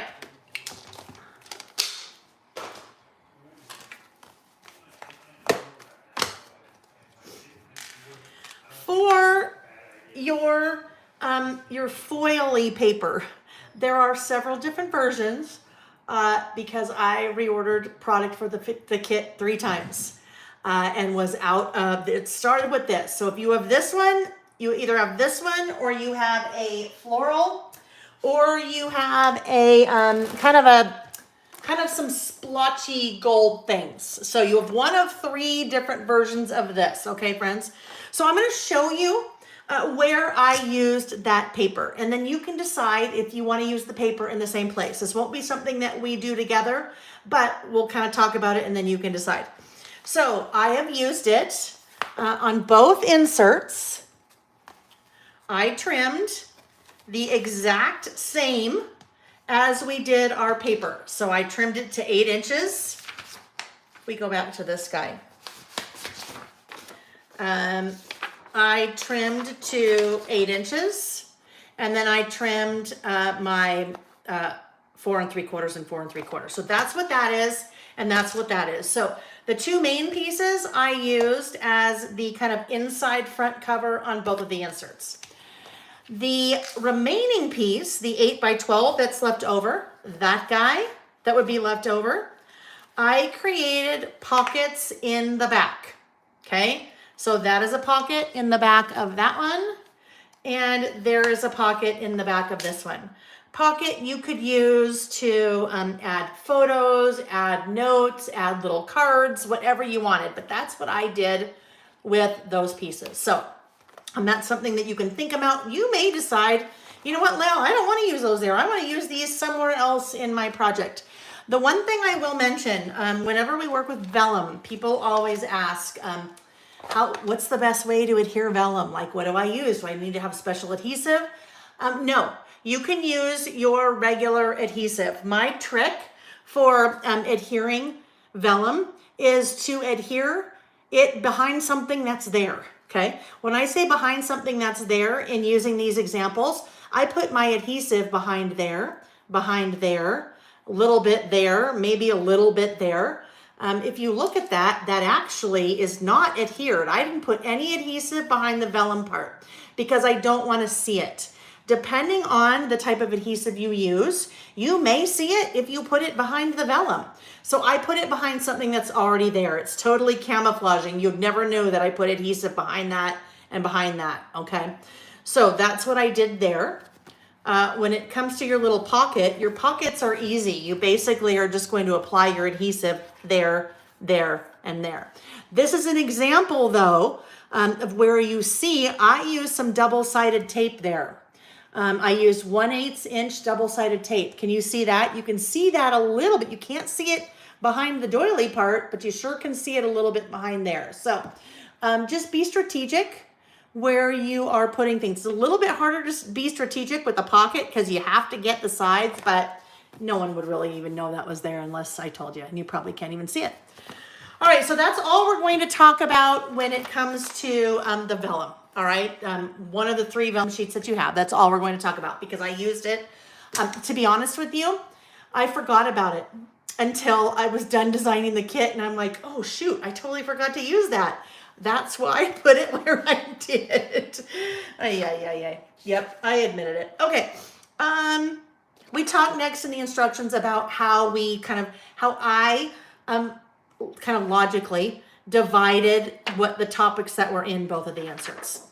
So we are now going to take a look at the first insert, and we're going to start out by doing some stamping. Okay, let me grab, where did it go?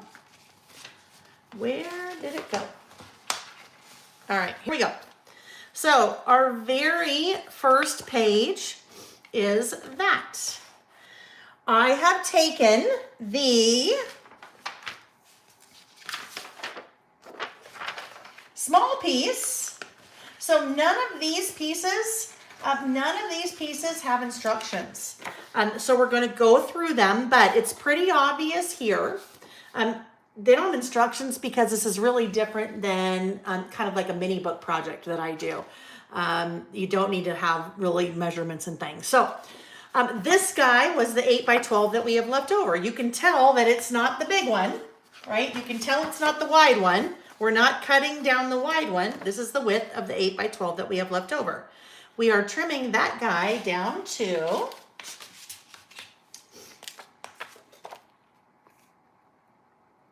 7 1/4.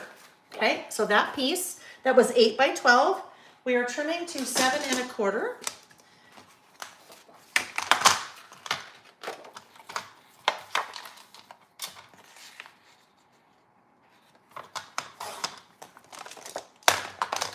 And we are adhering it right there in the center.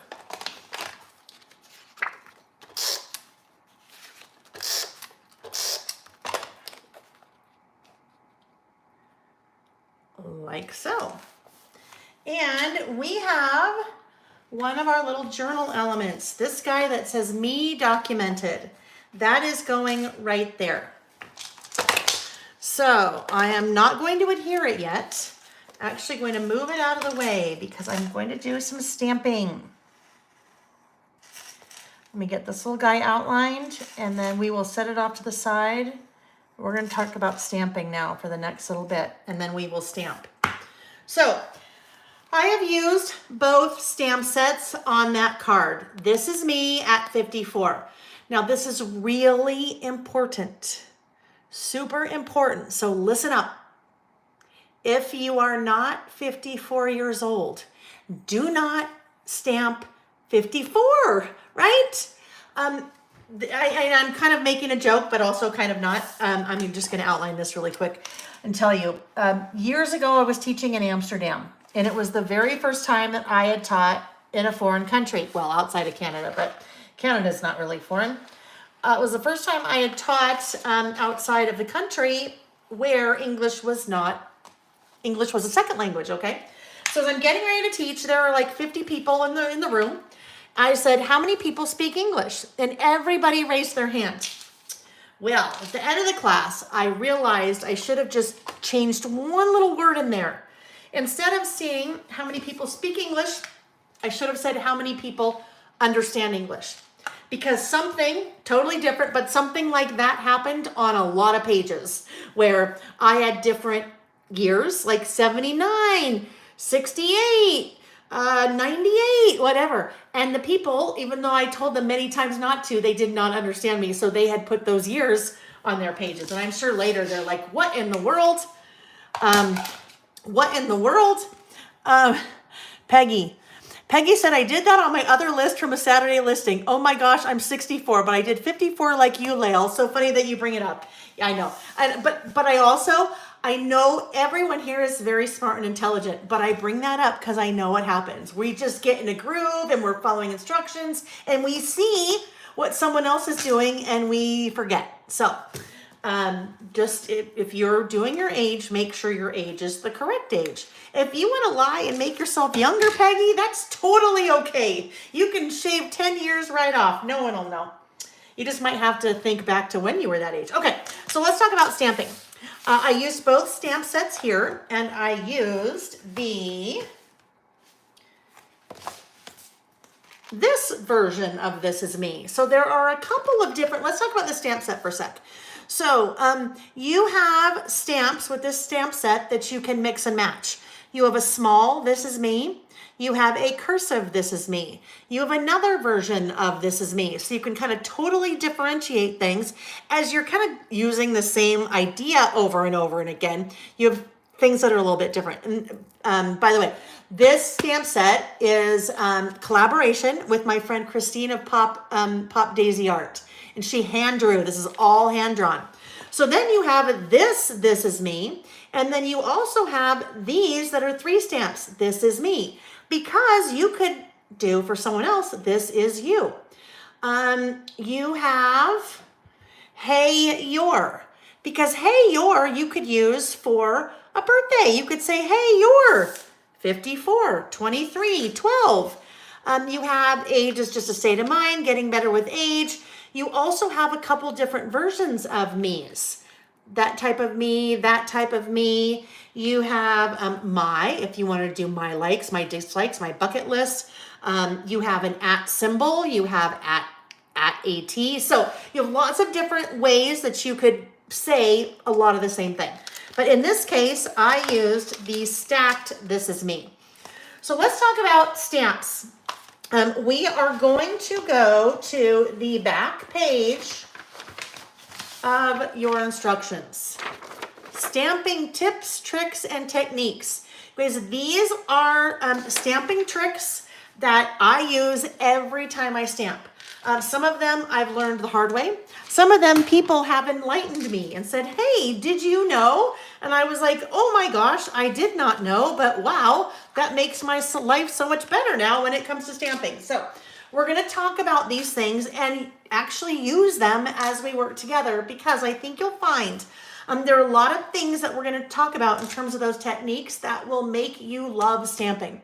If you do not love stamping right now, if you do not like stamping right now, I would be willing to bet there are a couple of reasons that we will check right off as we are going through these things. So the very first one being is that when you have brand new stamps, you need to condition them or prime them.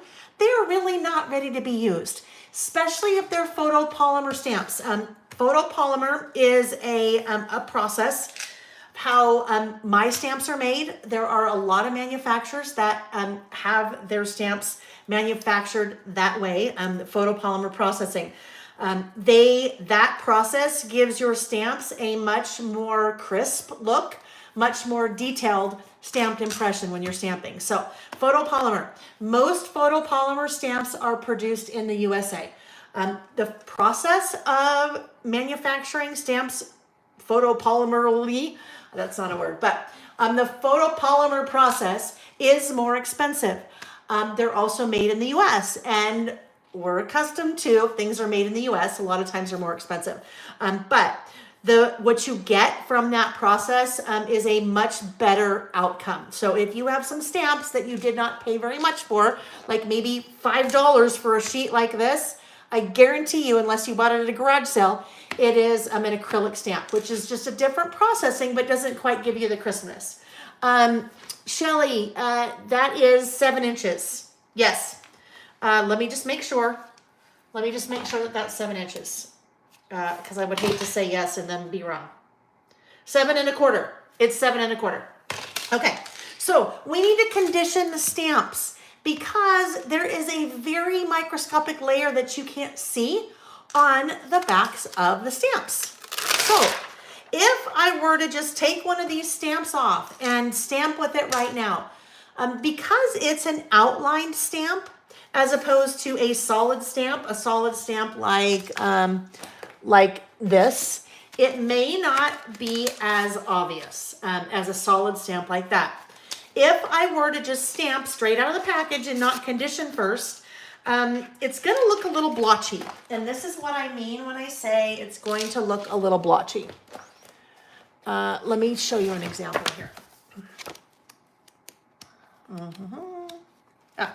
Here we go. So do you see in my 5s here? There's just blotches where there is no ink. That is because not conditioned, not conditioned, not conditioned. But guess what? By the time I stamped it 3 times, it was conditioned. So the first way that you can condition your stamps is just by stamping with them. But if you're going to condition your stamps that way, like that, just stamp it a bunch of times until it stamps the full impression, I would not do that on your project. I'd do it on a piece of scratch paper. One of the things that I asked you to bring with you, one of the supplies for class, was some scratch paper. It can be copy paper, it can be whatever it is, but scratch paper that you don't really care that you're just messing around. I just use an old composition book to do that. So you can stamp, you can just stamp. People tell me another way that you can condition your stamps is basically just like take it and put it on your skin. I don't do that. That's not the way I do it. So the way that I do it, and it really doesn't matter how you do it, it matters that you do it, okay? Carmen, Space Tonight. I try, you guys, I try. I send out reminders. I put it in the Facebook group. I know, life's a lot. I know, right, Carmen? Life's a lot. All right, the way that I tend to condition my stamps, and I will do, if I have a brand new sheet, I will do the entire sheet at once. Whoopsie. Because, hang on, I just lost this from, where did it go? I lost it from currently. Hang on, oh, here it is. Well, let's talk about that for a minute, you guys. Let's talk about that for a minute. Sometimes your little stamps stop sticking to the backer sheet. Does that ever happen to you? The reason that happens is because you have little lint or fuzz or dirt or dust on the back of your stamp. So that's why mine just fell off. You can fix that by just taking I'm going to just take my stamp, Shani, a damp cloth. I'm going to take that damp little cloth right there and clean that off, and then it will stick. So that is a common thing that happens. All right, but that's not conditioning. Conditioning. Oh, don't put that there. I just take a rubber eraser, okay? It's a block white rubber eraser. I also have one of these that I use sometimes for erasing. I do not use the same one that I use for erasing as I do. That's why, look at, I don't do the same one. I want this all nice and clean. This isn't going to hurt it, but I just like to have a clean one doing this. Joe, so alcohol. Alcohol, yes, you can use alcohol. Depending on what you read, some people say that you shouldn't use alcohol on your photopolymer stamps because that could break down the material. So you can do whatever you'd like to do. All right, so I'm just taking my little eraser and I am gently erasing. I am gently erasing, and you're not going to see anything come off, right? It's not like I'm expecting, like if I erase paper or if I erase pencil, I can see the little, it kind of gets darker because the pencil's coming off. I'm not going to see anything come off. I am also not generating, this is my little word, I don't know if anybody else uses this, I am not generating any eraser tailings. What I mean, when you erase something, like if I erase this, and I get like all of this stuff, those are little eraser tailings. I don't need to be pressing so hard that I have eraser tailings. I'm just trying to gently go along all of those stamps. And I do a full sheet. So as soon as I get new stamps, the first time I'm going to use them, I will do the full sheet. It's much easier to do the full sheet as opposed to do one stamp at a time as you use them. So there we go. Done. Now I need to clean it because I may have some little eraser tailings on there. I just have a little not a microfiber cloth, I have a little stamp chamois that I'm using here. I have these on order, finally, but they're still like a month out. But it's just a little chamois. You can use baby wipe. If you use a baby wipe, you want to check on a couple things. Again, going back to the alcohol, some people say that you don't want to use alcohol on your stamp. So if you're worried about that, you can find a baby wipe that does not have any alcohol in it. Other thing with the baby wipes, sometimes some of them have a lot of lint on them. Like when you use it, there's lots of lint that comes off, and you really don't want the lint on there because then it's going to, get in the way of your stamped impression. So you want to clean that off after, and then I'm just using a microfiber cloth. Okay, this is just a microfiber cloth. I want to make sure that that is dry. This part's super important. Some of you have experienced this if you have been if you've been swatching your inks and you use the same stamp over and over and over to swatch your inks.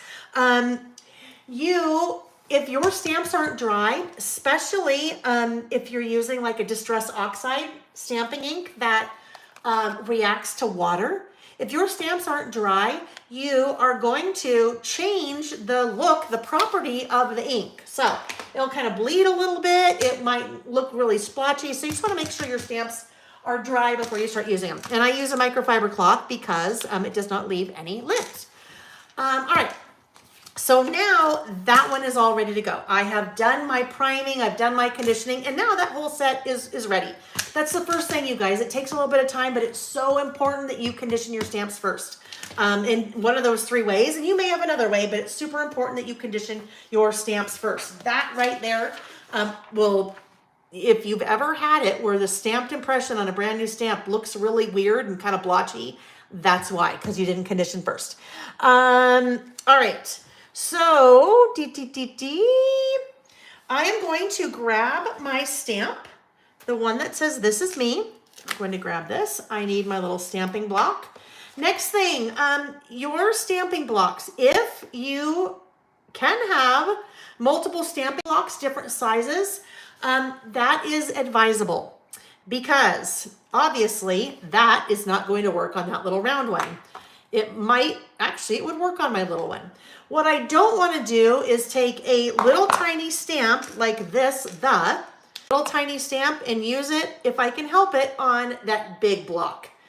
Go with the smallest block that you have if you have multiples, just because when you have that little tiny stamp either in the center or up here, your stamp can just get your stamped impression might get a little bit squished or a little bit off or uneven, just because that block is so large for that little stamp. So next thing is go with a size appropriate stamping block if you can. So Mimi said, I have a question. You did This Is Me at 54, but you'll be 55 in August. So do you plan on finishing the book before your 55th, or will you bleed into age 55? Honestly, Mimi, I'll probably I'll probably blend into age 55 just because it's May and this project kit is just coming out in May. Now, probably a lot hasn't changed in my life that I might be documenting since last May. And I also have listed a lot on our Saturdays, so I could probably pull things from there if I needed to. So I'm not going to get too caught up between if I finish it in all of 2023 and maybe a little bit into 2024. I won't get too caught up in that. All right, so there we go. We have our stamp on our block. When you are applying your ink, you can apply your ink in one of 2 ways. You can either apply the ink to the stamp like this, or the stamp to the ink like this. I prefer, and it's just me, you do you, I prefer to apply the ink to the stamp. I feel like that gives me a lot more control and it minimizes the overage. It minimizes my ink pad from getting onto the stamping block, and that's just me. All right, so there we go. I want to make sure I get that nice and stamped, nice and inked up. Then I am going to test it first, okay? I want to test it first because I want to make sure that everything looks good. I want to make sure I like the black. If maybe sometimes I am not stamping in black, maybe I want to stamp in a different color and I'm trying to test colors. I want to make sure I don't have any lint or little hair on the stamp. If I do, that would put a weird blip in my stamped impression. So I always test stamp before I go in on whatever I'm stamping on. And it looks good. So I'm happy with that. I will ink that up again and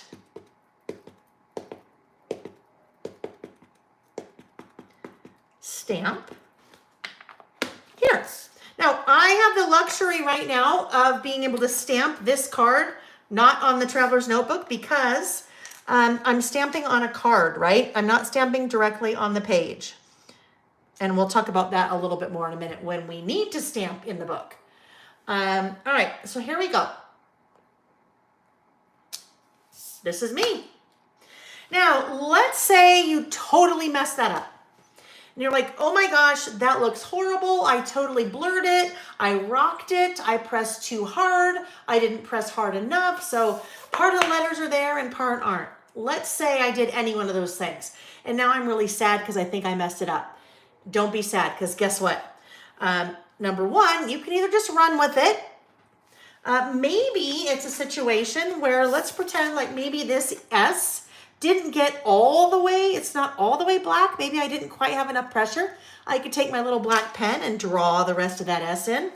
Or if worse comes to worse, I could take a piece of white cardstock, stamp "This is me" again on that and just put it right there and no one would know the difference, okay? So you can recover pretty much from anything, even if it's just putting down a piece of white cardstock over it. If you are using a pigment-based ink, that's almost exclusively what I use.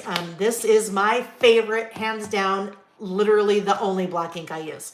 It is a pigment ink. This is on my website, but it is a pigment-based ink. And it's pigment-based inks, to me, I call them juicy inks. What I mean is they give really good, even coverage. Like this guy was with a Distress Oxide. Distress Oxide is also a pigment-based ink. I bring that up because pigment-based inks take a minute to dry. So what I don't want to do right after I stamp that is maybe get a colored pencil or a marker or something and color that in because it needs to dry. If I color it in, it's probably still wet and then it would kind of blend together and make an ugly mess. All right. Let me just look at my, we'll talk in a second about a couple of these other things. We'll talk about a pencil board. We'll talk about stamping independently. Practice, right? If you are not comfortable with stamping, practice. You can't mess anything up if you're practicing. Stand when you're stamping. I always stand. If you're standing right now, or if you're sitting right now, if you're sitting, stay sitting. If you're standing, I want you to sit. Sit down and try to move your arms. You get T-Rex arms when you do that, right? If you're sitting, you don't have as much room to move. Sitting, you've got little T-Rex arms. We don't want T-Rex arms when we're stamping. We want to stand. That gives us, it gives us leverage, right? So we have leverage this way. We have a lot more room to go this way than if we do sitting in our little T-Rex arms. So always stand when you are stamping. You can go sit down after, but stand while you're stamping. You also want to stamp on a, let's see. Marie said, my voice keeps cutting in and out. Is it just her? Rainey says it's okay on her end. Those of you that are watching live, if you just want to pop in the chat, if a couple of you will pop in the chat really quick and just let us know if it is okay. Carmen, see you guys. So what's really interesting here, I think what we're seeing, I think we've probably maybe got some ISP issues, some internet service provider issues maybe out there because anytime that some of us are okay and some of us aren't, that's either it's something at your house or it could be an ISP issue somewhere.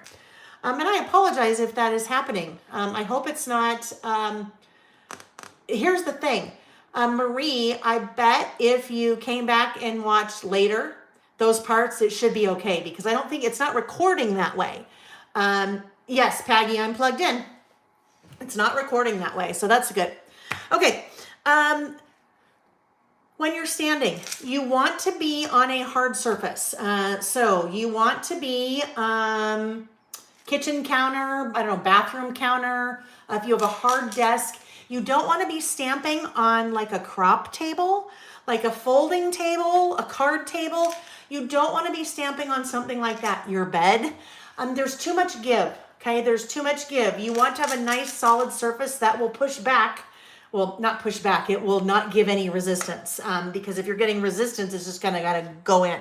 So stand up and hard surface. I find it easier if I can stamp on a taller surface, like a kitchen counter or something like that, as opposed to a shorter desk. Yeah, so weird, you guys. I'm so sorry. I don't know. Yeah. Maybe press pause for a minute or two and see what that does. See what that does. But I think it's got to be, since it's some people and not others, and those of you it's happening to, I'm so sorry. But it's got to be something on your end. It doesn't make it any better, but okay. So there we go.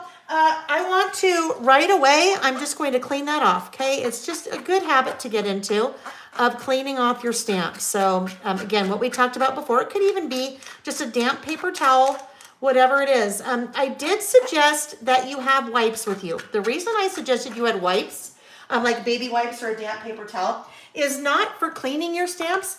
It's more for cleaning your fingers. Sometimes you'll accidentally get a little bit of ink on your fingers and you want to be able to clean that off right away because you don't want inky fingerprints on your projects. Maureen said, how long do you need to wait for it to dry? Overnight? I've had issues coloring and smearing. No, for me, minutes. Minutes. This would for certain be dry by now. Now, it could have something to do with what you're using to color it in with. If you're still having a problem a couple of hours later.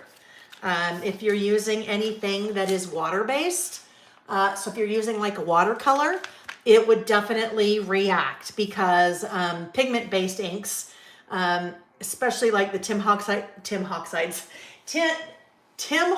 Distress Oxides. Wow, the Tim Hoxide. I'm just going to go with that from now on. Tim Hoxide. The Tim Holtz Distress Oxides are water reactive. So if you were using those, like if I was using this as my base and then using like a watercolor, then it would react and I'd probably have some blurring. Okay, so now I'm going to do my little @ sign. We'll just put that on that guy. The other nice thing about doing your test stamping is when you are doing different layers. So you'll notice that I am stamping this guy separately. I am not stamping that guy. I'm not stamping that guy at the same time that I did the other one. Now I put that down too far, but we'll just test it to make sure we're good. I prefer not to put all of my stamps on the stamping block at one time. So I'm not like putting this is me and then @ 54 all together. The reason I don't do that, well, number one, if you want to use different color inks, then obviously you wouldn't do that. But I like to get my stamps when I'm stamping fairly close together. And if I am putting them all on the same stamping block and just stamping once, I can't necessarily get them all close together because the rubber that's between each of the stamps, kind of the background, gets in the way of me being able to get them close together. So my little @ is going to go right there. And I want to be slow, but I also want to stamp with intention. I don't want to kind of hesitate. I don't want to be like, because when we're afraid like that, when we're kind of shaky or not stamping with intention, that's generally when something will happen. So I'm going to clean that off again right away and put that right back on the stamp sheet. Now, I'm not drying these guys right now because I'm not using them again anytime soon. So they can dry on their own. All right, then we come over here to the 54. And remember, if you're doing this with me, well, if you're doing this with me, you're probably already done with all of this. But if you're doing this with me, if you're not 54, don't put 54. And I am even going to put these separately because I want the 5 and the 4 to be close together. If they're not, well, it's nothing wrong if they're not close together. I just like that look a little bit better. Come back in here, just test. Okay, we're good. Trust me. Oh, I just did that the other way. That's okay. Trust me on the testing. I promise the first time you don't test and you think, oh, I'm fine. I don't need to take all this extra time. There's my 5. Clean that off. You're never going to regret testing. Okay. Oh, listen. Okay, Carmen, that's interesting. She switched to a laptop and she's good. Maybe it was the data service. But the internet is better, right? If you're like streaming, if you're using like cellular data, maybe that could be an issue. All right, then we'll get our fork. All right, so we won't do all of our stamping together. When there is a stamping technique that I want us to do together going forward, I'll have us do it together, but we won't do all of our stamping together. All right, so there we go. I am going to clean this off. I also don't want to turn this over right now because remember, it's a little bit wet. I mean, it's not wet. It's just the ink is still a little bit wet. So I don't want to like turn it over right now and then have it, you know, get that black. I mean, I could clean it off, but all right. So now the reason I'm talking about turning it over is because I need to adhere it.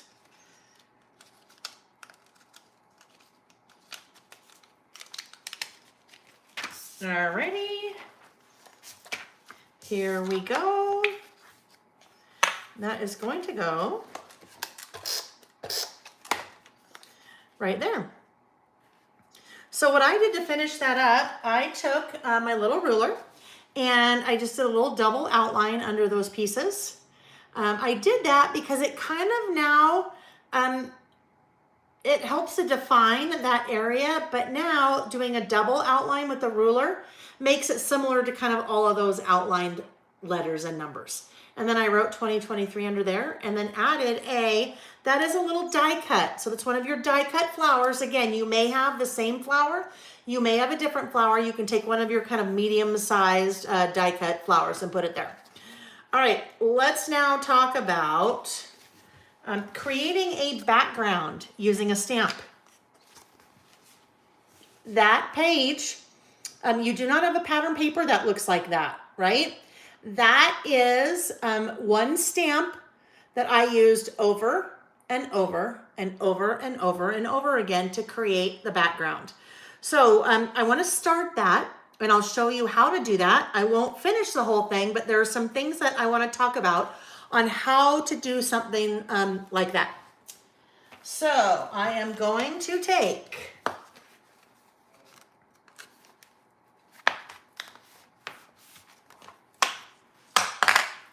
my stamp here that says currently, so that little guy, and you can do this with any stamp, okay? You can do this with any kind of stamp. We're just repeating. So I did that here for this inside front cover. And then I used another stamp to create that background. I used the straight This Is Me stamp to create that page. Okay, so you can use any of your stamps to create fun backgrounds. So what I used here was I used spun sugar. And you could use this with black, you could use it with any color. This is Distress Oxide. This is one of the colors, spun sugar, that I had in your list of optionals, like list of things that I was using. Okay, so we get that nice and inked up. I will test it again. Just always test to be sure. Oh, okay, that's not going to, actually it wasn't bad. It got a little weird here because I was testing on multiple layers, but all right, so that's good. What I'm going to do, I had suggested you bring some scratch paper with you, right? So scratch paper can be anything. If you have copy paper, something like that. I'm going to put just a little piece right here and I'm going to start at the top And I can decide, do I want to start right there with the first currently? Okay, I did. Then I'm going to go again. Now I have this space, right? And it's going to look a little odd if I leave that space. Here's where my scratch paper is going to come in handy. I'm masking that edge off, okay? So I've masked that off, and I am still going to stamp on it, but I'm just stamping part of it there. Now, a little bit of it didn't quite adhere. My ink didn't quite get on the stamp there because I was probably going too fast, but that's okay. So I would continue doing that. Now, if I'm going to create a background like this is probably my biggest suggestion for you, is don't stamp at the same exact spot again. So don't start with currently again. That's going to look kind of funny because they're all going to be in the same place. We want to vary it. So maybe to make things easy, now I start with the currently. So the C is off the page, but I did currently. And I will keep going that way all the way down just by altering or removing, masking off, whatever you want to call it, one little letter each time. Well, not one, I'm doing an additional letter each time.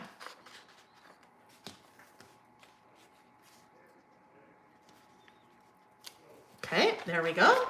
And then we're back over here again. So now I'm going to just stamp currently. The 2 R's.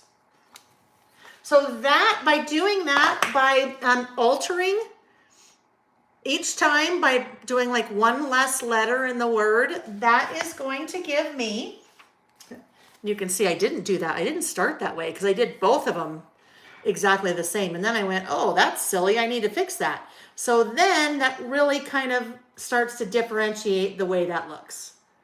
All right. So I'm not going to continue doing that because that will take us a lot of time to do. That is one of the things that you can do as you are working to complete your project. I will tell you guys, this project is not something you are going to finish in one night. You have a lot of work to do because you're documenting a lot, right? You're writing lots of lists, you're decorating. So this is definitely a project that's going to take you a little bit more time.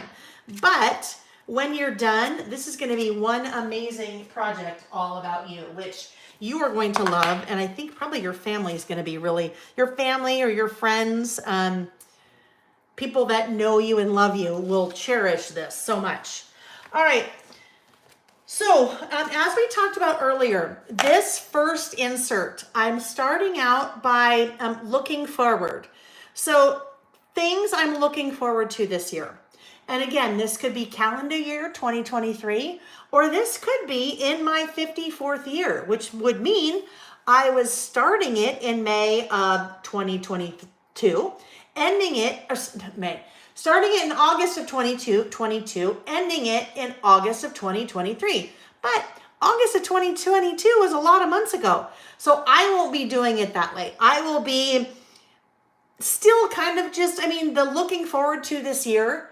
In my 54th year, what am I looking forward to? It doesn't necessarily mean in 2023, but in that year, what am I looking forward to? Probably being still under the 55s, being under the double nickels. TK said it's almost 11 there. She's switching to watching and taking notes. Yeah, absolutely. And you guys, this format is so perfect for being able to watch it anytime. So that's good. All right, so now on my other page, I'm just going to show you one little thing. I am also putting currently over here.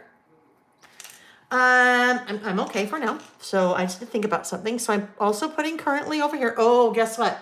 I didn't test it, but I feel pretty okay because I've been using it. I just stamped currently.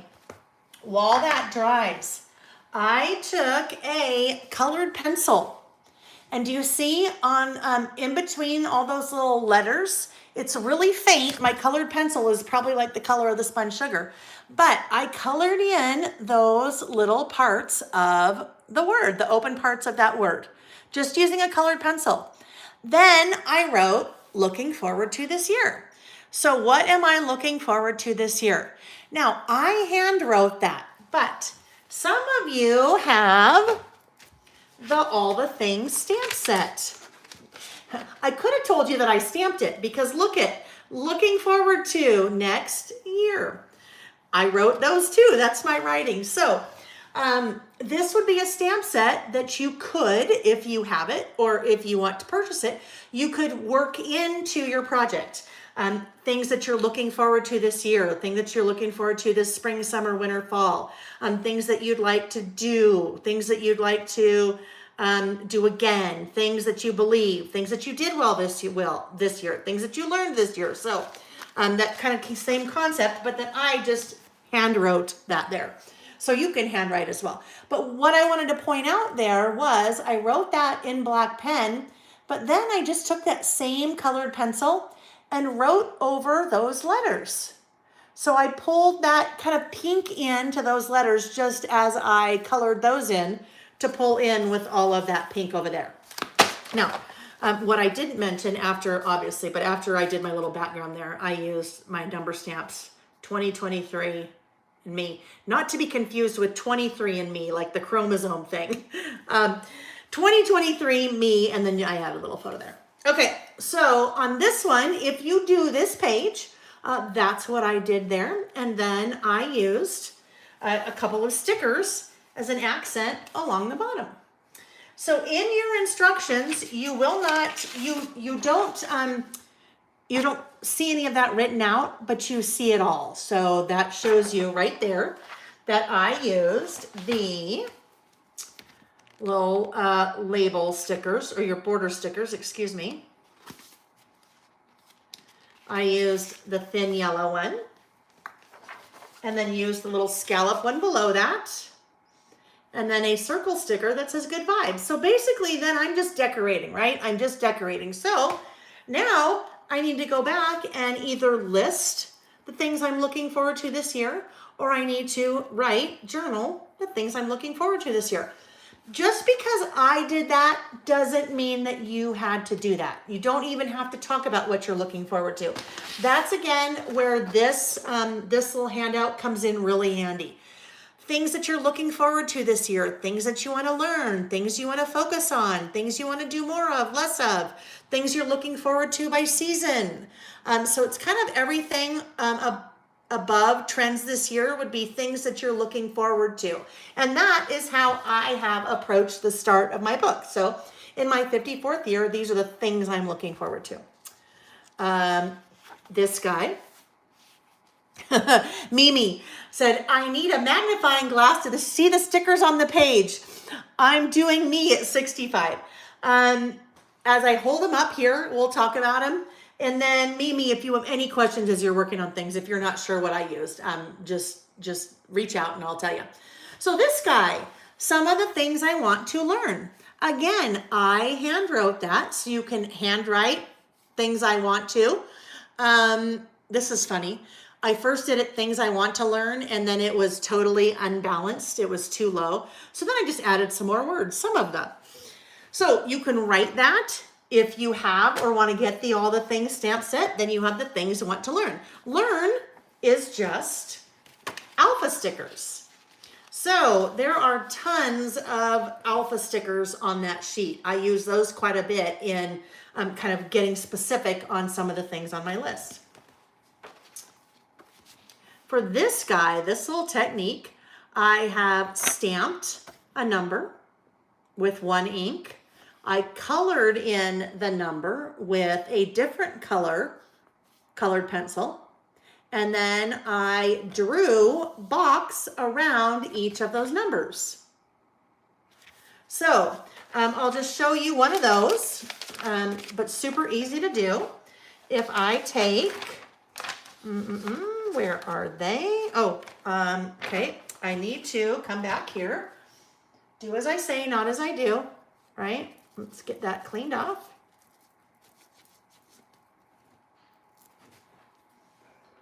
Back on the sheet.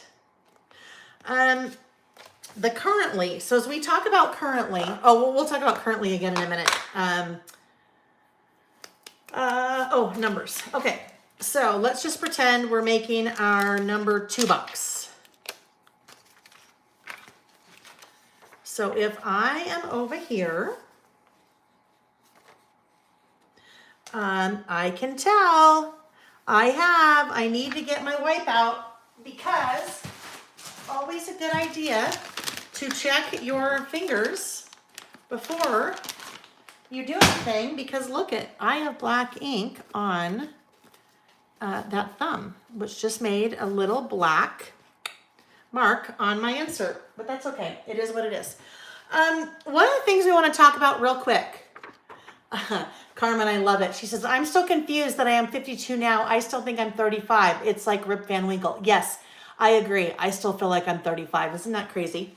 All right, one of the things when we're stamping that we need to talk about, you see a little bit, there's some ghosting or shadowing. So I can faintly see that it said currently right there. Okay, it can faintly see that. Now, by the time that I do my title on here and add my stickers, it's not going to be super obvious, but it's something that you need to be aware of.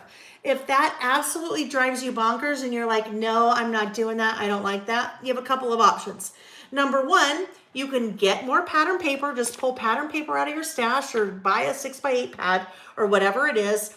And then anytime you've stamped on the page itself, you just put your pattern paper on here and then decorate. So for example, like that, right? That would cover up any ghosting or shadowing. There's not much, but you can still see it a little bit. You'll definitely see it more with your darker colors like a black. The other thing, if you don't want to do that, is you could just adhere your pages together. Now, if you adhere your pages together, we know what's going to happen. You only have half as many pages. But if that's something that really bothers you, there's a couple ways that you can get around that. Another thing that you could do is, for this one, for example, if I wanted, I could take this piece, that is a sticker, and that I stamped and then did the alpha stickers.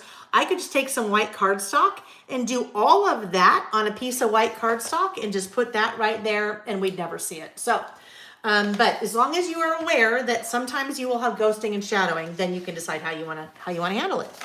And I didn't handle it, I just did it. All right, so I am going to get my little one ready. And in this case, I used speckled egg. So I used speckled egg for the outsides of my numbers. Before I start stamping going forward, because I'm now stamping on the page, I need to grab a pencil board. So let's talk about pencil boards. Pencil board is a really important tool when you are stamping in a traveler's notebook, okay? When you're stamping in a traveler's notebook, you cannot take the page out, right? Because the page is connected. You can't take the page out. So you have to stamp there. I need to be aware of what has happened before that, okay? Nothing happened here that's going to get in my way, but something did happen over here, right? I have a couple of different layers. That's a layer and that's a layer. So it's possible if I am stamping right here, depending on where I'm stamping, I could run into one of those layers. If I run into one of those layers underneath, it is going to put an impression in my stamped image. If I take a pencil board, and a pencil board is just a fancy name for something that's flat that you can stick under something to write or stamp on, okay? So something that's flat that I stick under something, the page, that I can now stamp on so I have a flat surface. Because even though we might think this is a flat surface, it's not, because it has these pieces in there. So pencil board. You can make your own pencil board. Nancy Gullison made this for me years ago. Well, I don't know, maybe 3 years ago, not like it's been tons of years ago, but it's just a piece of thicker cardboard that she covered with pattern paper, and that's pencil board, right? It's probably about 1/8 of an inch thick. I have pencil boards. They are 5 by 8. They have rounded corners, so that's an 1/8 inch piece of acrylic. They have rounded corners, so when you're putting them in the page, and if you're making your own or buying one, good idea to make sure it has rounded corners so you don't like poke a hole in your page. This one also has grid etched on the back side of it so that you could use this as a large stamping block if you need, so you can line up your stamps. These come like, where'd my ruler go? These come like this. They are just white etched. You can paint the back with a little bit of acrylic paint. So you just put some little acrylic paint on there. Do that, wipe it off with like a dry paper towel, not wet, because you don't want to pull the paint out. But all that paint settles in the grooves, and then you can see all those little grooves. So you can either buy one, make one out of chipboard. Couple years ago, I think the very first time that we did one of the year in review Traveler's Notebook classes, part of that class was things that you could use to make different pencil boards. You could use a like a placemat. Like at the dollar store, they have kind of those little bit thicker placemats. You could use a really thin cutting board. You know what I mean? Like the really thin ones from the dollar store. IKEA has placemats like this. This is just a placemat from IKEA. I mean, it's definitely much, much thinner, but anything that's a little bit sturdy that has a flat surface that you could use to put in between something. There you go. Mimi said she cut the cover of a composition book. You just want something that's got a little bit, you don't want it to be too flexible, but something that you can put under your page so that when you stamp, you're giving yourself a flat surface. So that's what we need to do here. I need to add that little pencil board right there. I'm going to take my one. Actually, when it's that small, I have enough control. I can go this way. And take my little composition book and test that guy out. Okay, looks good. So do that again. 1, 2, 3, 4, 5, 6, 7, 8, 9. Looks like I did that about 9 lines down. So my one is going to go right there. Okay. Now, I did my little box around it. So, all I did was take my black marker and, well, I'm going to take that out for now. I'm going to go down here, over here, up there. I think I went one too many, but that's okay. There, and then I did a double outline. And the reason I'm doing a lot of double outlines in this project is because of the This Is Me stamp set and the number set, because they are outlined. So it makes it kind of everything gel together a little bit. So that is what I did for that spread.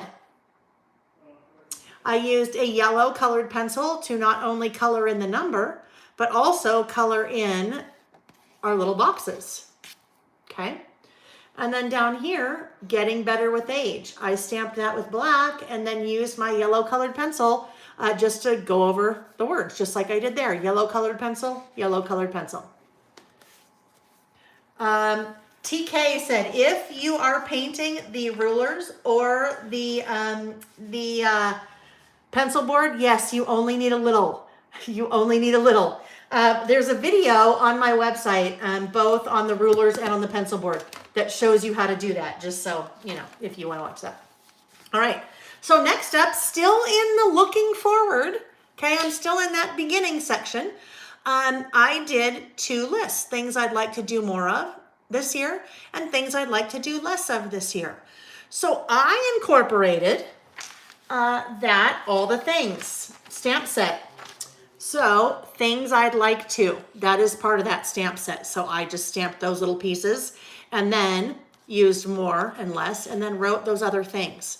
So if you have that stamp set or want to get that stamp set, you could use that there. Otherwise, if you're doing these two lists, just write things I'd like to, things I'd like to. This right here, that is one die cut.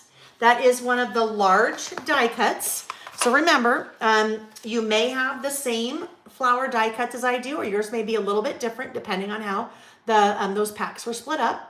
But you'll take one of your large die cuts, and this is a little trick for both working with something that's really large that may seem too large for the page or whatever your space is, but also making one piece stretch further into 2 pages. So look what I did.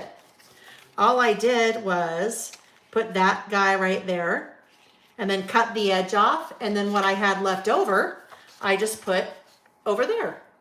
So I didn't use the whole thing, just cut part of it off and the other part goes over there. And then I outlined it. I know, no surprise, shocker, but I outlined both of those die cuts. So in my book, I'm not doing any more of the looking forwards, okay? So the looking forwards, you have this whole section of looking forwards. The looking forwards, if you decide you want to do more of those, end right before trends this year. So I just cut mine off and put it there. So as I was teaching, I could remember to show you guys. But one of the things that we talked about the beginning of class was I suggested that you bring some small sticky notes with you for 2 reasons. Number 1, we're going to use them for masking. But number 2, you could use your sticky notes to now start to plot out or plan out what you want to do. So if you're like, yes, I really know I want to do these, so I'm going to skip those pages, and you might put sticky notes on there, I want to do those. And then you look at this and go, ooh, you know what? I really want to do things I'm looking forward to this summer because that's when it's my birthday. But I'm not really going to do any of these other things. And do I need it to be a 1-page list or a 2-page list? So that's where your little sticky notes can kind of help you to decide what lists that you want to do where. This guy. So this guy is, I just threw in, you know you're getting old when. Old is one of your stamps. So you have this guy, let me just double check. I used that one, and it says years old. But look it doesn't say years there. I didn't have a special stamp and that's separate from yours, and I didn't get out my scissors and cut that off. I did a technique called masking. So let's talk about that, and I'll show you how you can mask if you don't know how to mask. On this guy, I used this. Where is it? Where is it? Well, everything started out so organized, and now it is not, huh? Where is that paper? Ah, there it is. So I just took that, rounded my outer left corners, top and bottom left corners, and then that is the base of my page. You may not want to do this yet, unless you know for sure that is where you want this piece to go. That's where you're going to put this. You may not want to do this part yet. So you're going to need to spend some time thinking about what you want to put where. But when you're ready to decide where you want to put that, that's what I did. And then you have one of your white pieces of cardstock right there. That is the base of our list. So if I was doing that here, I'm going to take my little stamp. And this one I did with Salvaged Patina. So I'm going to ink that whole thing up. Now there's kind of a couple different ways I can do this. I can ink the whole thing up and then mask. Either way you're going to need to mask, but you could try to make the masking a little bit less involved if you wanted to. So here, I need to test it first, either way. Okay, that looks good. I like that color. That's what I want to use. I need to ink up again. I could try not to get very much ink on the years part, but I'm still going to get ink on the years part. I mean, it's pretty much impossible to not get ink on any of the years part. So I inked that up, And if I take a sticky there, and I take a sticky probably about there, let's see. I need to bring this a little bit closer to me, okay, you guys? It's too far in front of me, so I'm not seeing very well. So I'm going to bring it closer to me.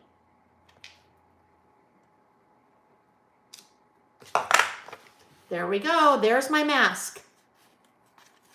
Take that off, and I have my old. So that is a way, if you have a stamp that has more on it than you want to use, pull out your little stickies and create a mask. So that's what I did on that guy. And get that cleaned off.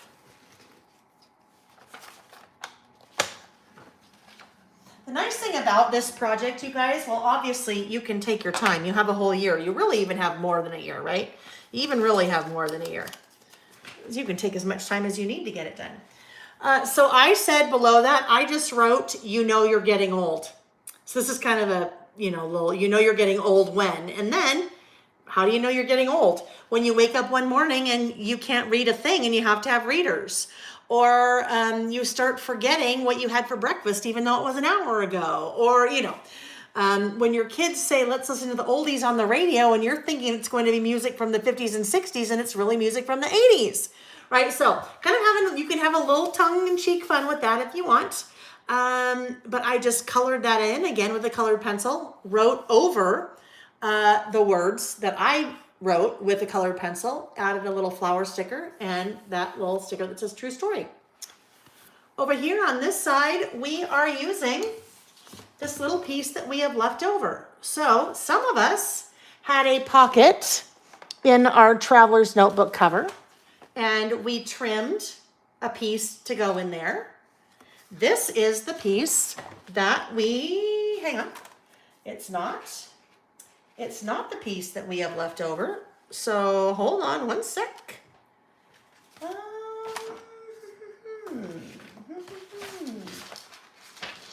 Let me find it.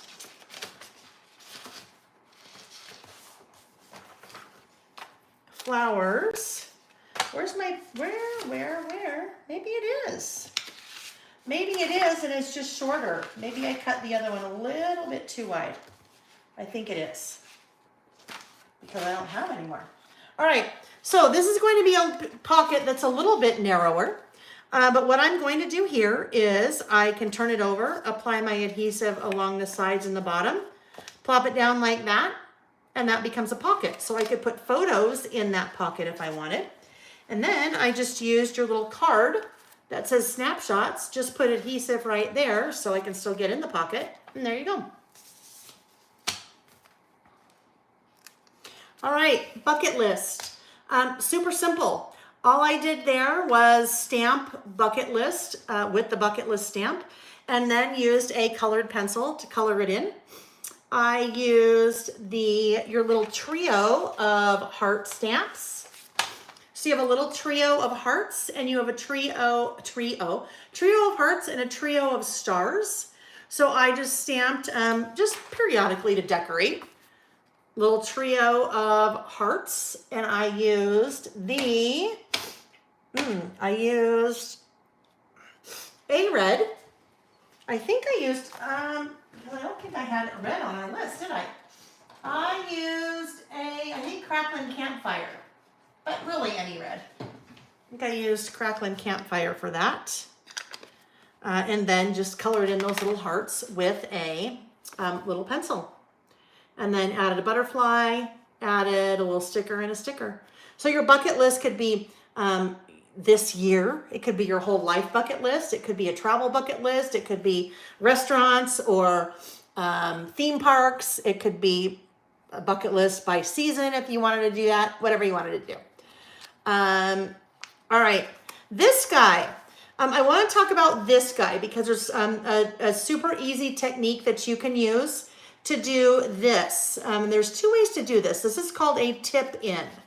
And there's two ways to do this. So we're not necessarily going to pay as much attention to how we are building the page, we're going to talk more about this little piece right here. Okay. Really quickly, I am, even with this fan in here, I am dying of heat. Oh, here we go.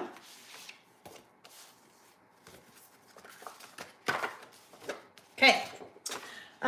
With all of our papers, when we cut all of our papers, we had our two pieces that are 4 3/4 by 8. And then we had this little strip that was left over. Anytime you see something like this, where I have a little strip, that is going there. That little strip is just trimming this guy in half, that piece that we have left over, trimming it in half, rounding the corners and adding it to the opposite side of our spread. That's a really easy way to stretch your supplies, right? I didn't have to use a whole other piece of paper because we had that extra piece and we just trim that in half and there it goes. So it kind of brings that together in a spread. So that's the first thing there.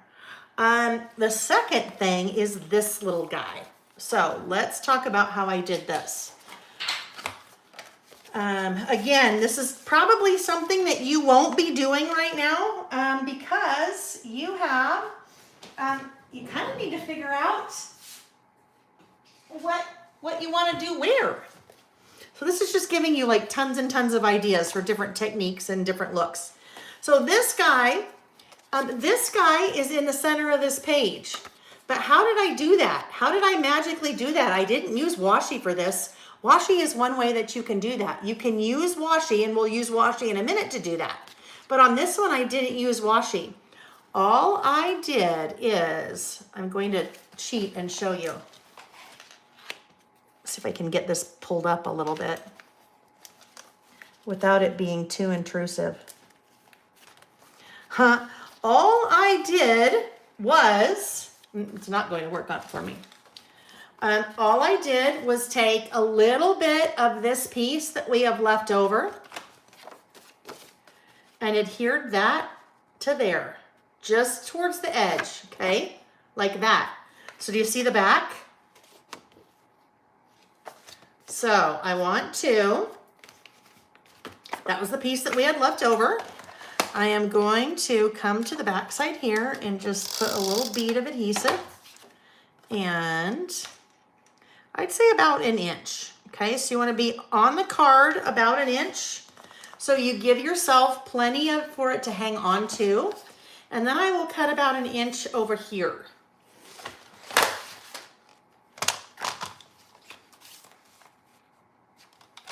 Whoopsie.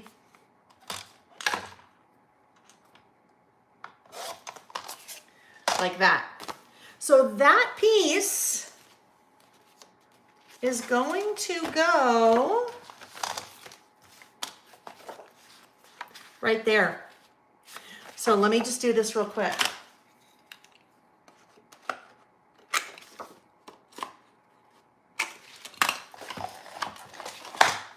This guy, I am going to, if you have a scoreboard and you want to grab a scoreboard to do this, or you could just use a little trick with your trimmer, I'm going to grab my bone folder and just score that a little bit so it can help it turn as it needs to turn.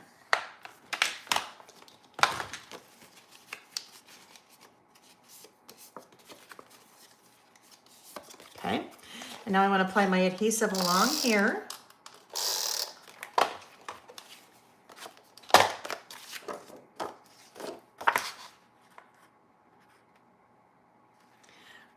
Actually, I don't want to do it that way. I want to put this guy, ooh, shouldn't have done that. Put my adhesive here.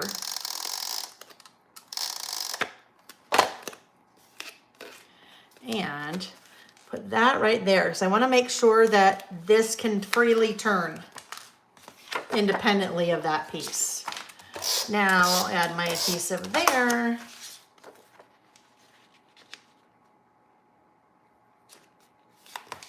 And there we go. Okay, so there's our little card, our little tip in. Just, you could do that Well, you could do that with postcards. You could really do it with anything. It's just you need an extra piece of paper, and on the back side it will end up covering up part of whatever you are tipping in like that. Then you'll, like I said, you'll take that, cut that piece in half, right? Whoopsie, not that one. Wherever it went. My long skinny one, where'd it go? Anyhow, the piece that was literally just here, you are cutting that long piece in half and it will go right there. On this one for likes, I actually stamped right on the sticker. So I stamped right on the sticker. And I used, on that one, I used, I think I used Evergreen Bough. Used Evergreen Bough on that one. Alrighty. Dislikes. Dislikes, super simple. So all I did with dislikes is stamp it in black, color it in with a colored pencil. Along the bottom here, let's talk about what's happening on the bottom. I have taken, I kind of have a double border here. Okay, I have a little double border. I do not have a sticker that is like that. I do have a sticker that's like that. That sticker that's like that is right there. But I wanted to have two. Oh, there it is. Thanks, TK. I wanted to have two, okay? So that is the sticker. But this little piece right there is the product strip, okay? That's the product strip. So all I'm going to do is I tore off a little bit of that edge. I am going to put that right down there like that. And that is acting like washi. It's faux washi, like Foshi. And it used to be really funny during the pandemic when I would say Foshi, not like Fauci. Don't get it confused with Fauci. It's Foshi, faux washi, Foshi. One of these days I'll say that and people were like, Fauci, who's that? This is very well ingrained in our brain. Well, not so much anymore, but during the pandemic, very much was. All right, so anyhow, that is going down. My faux washi, my Foshi is going down. Then that strip is going down on top of it. I then came in either with my little scissor blade or a craft knife and very gently cut those apart. Anytime I am spanning something across both pages, I want to separate that because as it gets bigger and bigger and more in the book, it's going to put a lot of strain right there if those pieces are still connected. So I just kind of use a little craft knife, a little X-Acto knife to split those. This is one of our large die cuts. So one of our large flowers. If you have that flower, great. If not, you can use a different flower or put something else there. So there are likes and dislikes. This one, advice to my younger self. So advice that I'd give to my younger self. I thought that me time sticker worked really well there, even though this is my title. That's not really my title, but you know what? That is certainly advice I'd give to my younger self, right? Me time, super important, especially like when you're a young mom or early in your career, when you're not giving yourself a lot of me time. So that me time, and I just wrote advice to my younger self. I then wrote over the top of my black writing in with a red colored pencil. And you'll see me do this quite a bit throughout my lists in this project to just my standard, like I always do, outline the pages. But on quite a few of these, I did a double outline and then used my colored pencil just to fill that in. It makes it very decorative, but also makes it super simple, right? Super, super simple. Not everything has to be totally complicated and fancy. Over here, that is one of our stamps from the This Is Me stamp set, Age is Just a State of Mind. And again, stamped it in black and then wrote over it with a colored pencil. All right, so let's talk about currently, and we talked about this a little bit because now I've kind of moved from the looking forward and a little bit of miscellaneous likes and dislikes advice I'd give myself Now I've moved in the book now to kind of the currently thing. So I'm documenting things about me right now. This guy, super simple. I've just taken that page, goes down there, stamped currently, and again, used my colored pencil to write over all those letters and color them in. And then stamped "This is me" and wrote over the top with a colored pencil. That, if you don't have a lot of colored inks or you don't want to invest in a lot of colored inks, that's a great way to just have one color of ink, black, and then pull out your colored pencils, which are really inexpensive, and then add your color with your colored pencils. Okay, so this is another version of a tip-in, and we'll do this one next. This one is using washi. If you don't have a lot of extra paper, or you don't want to use extra paper to do a tip-in, you can use washi. So this is what your washi is for. And you have plenty of washi. You have way more washi. I think I was thinking we'd do more tip-ins or something. I don't know. But you have plenty of washi. So what we're doing here, we are taking some of that washi. We're taking our currently card. And we need the washi to be the length of the card. I'm just temporarily going to just kind of put it right here for a sec. Now I could measure, but who's got time for that? No, if you want to measure, you should measure. Okay, so we'll just do that. And usually with washi, I just rip the edges, but when I'm doing a tip-in like this, I like it to be, straight edge. So you can do this, postcard, paper, photos, pretty much anything. You can tip in anything, other pattern paper, whatever you want. So I am going to tip this card in right here. So I always like to start with the back first. This is just me, but I find it easier to start with the back side. So I have turned the page. I have that piece in the center of the insert. And I am going to adhere the washi so it is halfway on the thing I am trying to tip in. So halfway on my card. And it is halfway on the insert. Okay. So there we go. It's a start. I don't want to leave it that way because really that's not enough. I need to also do it on this side. So I'd come back in with my washi again.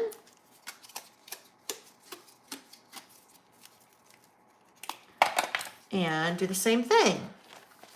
I'm now on the front side and I want to be halfway on the card or whatever it is I'm trying to tip in and halfway on the insert, whatever I am trying to add that card to. Okay, I went too long there, but that's okay. So you get the gist. There we go. Now I have tipped something in. I have added it to the center of my insert. So when it comes to currently, there are a couple of ways that you could approach currently. You could do it in one fell swoop. You could have this spread and this could be your currently. That could be it. You could have your currently over here. Maybe you're just writing. Maybe you're just journaling. Or maybe you have more prompts like this that you want to add over here. Loving, liking, reading, playing, watching. On your little handout here, there are a ton of options. So I've given you a ton of currently options. Liking, listening, loving, reading, thinking, trying. You could have traveling. You could have praying. You could have feelings on there. Lots of adverbs, right? Those are adverbs. That's an adjective. Wait, yeah, that's an adjective. No, I am looking. It's an adverb. It's an adverb.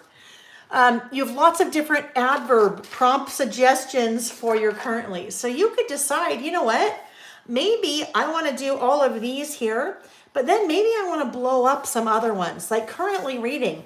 I want to do a whole list about the things I'm currently reading. And you know what? I like to read a lot. Maybe I have a goal this year to read like 14 books a month. So I need more pages for the currently reading list because I want to list all of those that I read for the entire year, or currently going, the different places I'm going. That could be traveling, that could be going around town, maybe going crazy, going whatever it is. We're kind of putting a microscope, not a microscope, a looking glass. What is it? You know what I mean? A thing, a thing like a microscope, but not, on any one of these given things, and then really drilling down and talking a lot more about any of those. Like, what are your favorite shows when you're 45? If you're 45, what are the shows that you're watching now? What's so cool about doing a project like this is so much a time capsule. Because think about if you do this project now, and then in 10 years you do this and you do the same thing, but the things you're looking forward to, the things you learned, the things that you're currently, it would totally change in 10 years. In a lot of cases, it could even change in a year, right? Definitely change at different phases of your life. When you're in high school, if you went to college, when you're dating, or if you got married, or when you're starting out your career, or when you had kids and they were little, and then when your kids were teenagers, or then when you're a grandma, or whatever it is. All of the different life stages this type of project really applies to, because things change so much, right? So that is kind of it's a little bit of a gloss over of currently, but it's enough that you can decide if you just want to do a little bit of currently, or if you want to maybe expand on some of the more of the other currentlies. There I just stamped currently, and then alpha stickers, and then the book sticker. Stamped currently, spelled going with alpha stickers, and then the bicycle sticker. I skipped some pages again because you have all of those currentlies that you can decide if you want to work with. So I skipped quite a few pages. Then I moved into favorites. So favorite could be exactly the way we did currently. If you wanted to, you could have one page of favorites, and you could do prompts like favorite drink, favorite food, favorite meal, favorite dessert, favorite movie, favorite book. So you could make it really, really short like this. Or you could expand.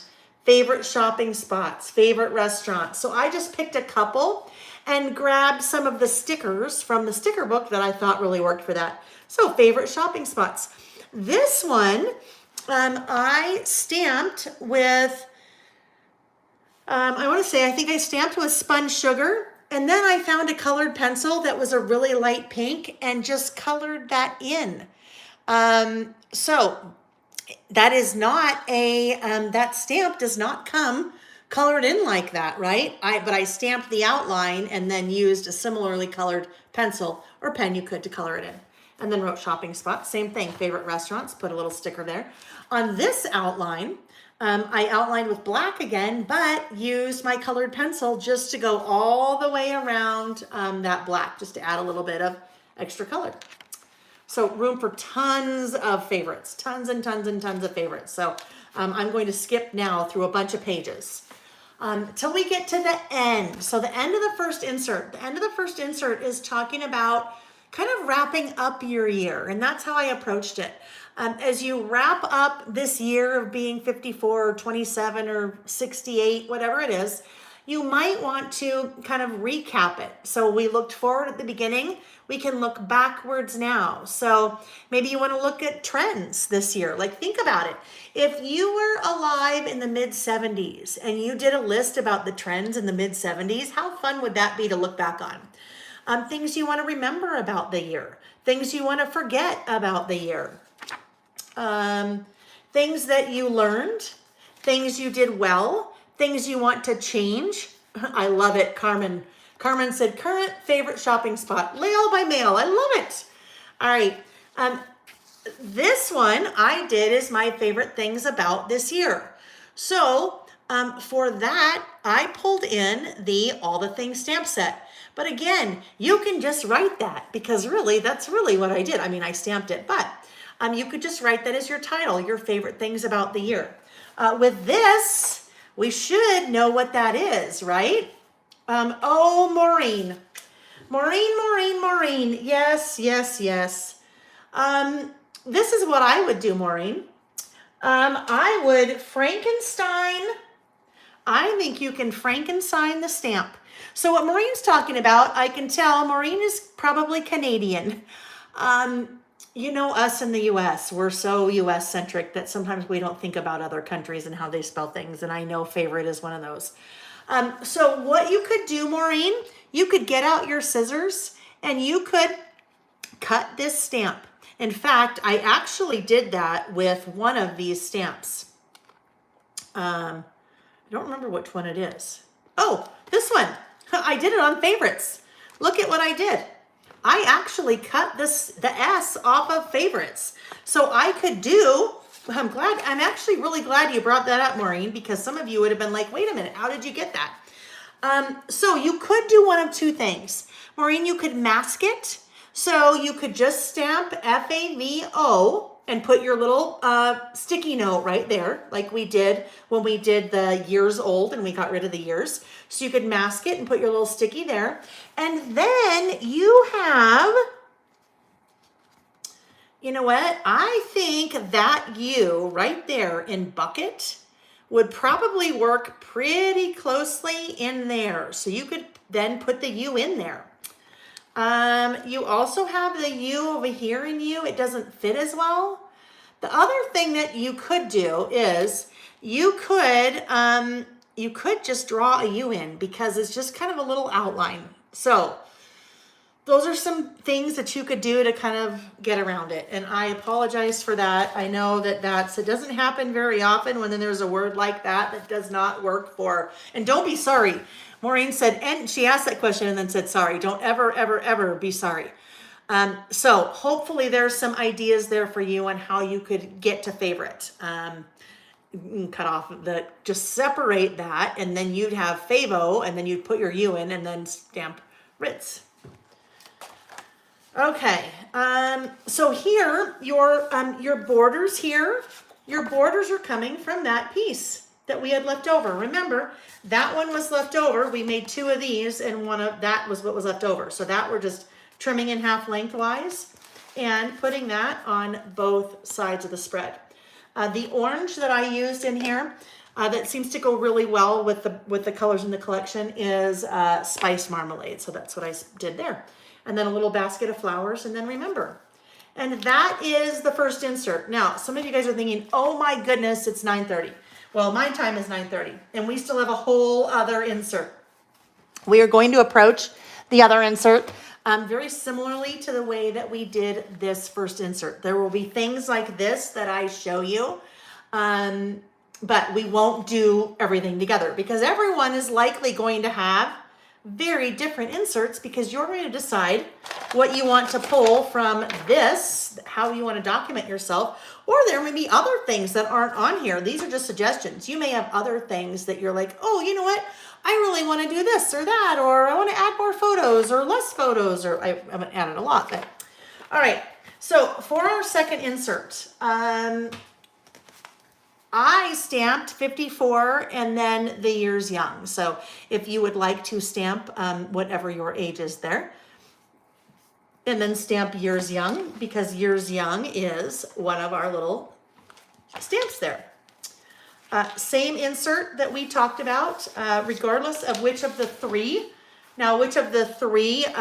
foil papers you have. We talked about how to cut those earlier. Okay, this guy. So this is another, like the very first page that we did, or second page we did in the first insert, where we created our own background. We're recreating our own background here. So all I did, these are three separate stamps. This is me. And I stamped those all together. So I need to pull out a different stamping block. But we're basically going to use the same technique that we used when we did the same thing using the Currently stamp.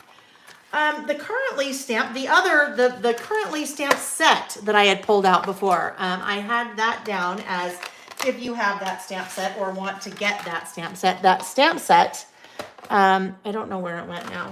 There's too many things here. That stamp set, the Currently stamp set,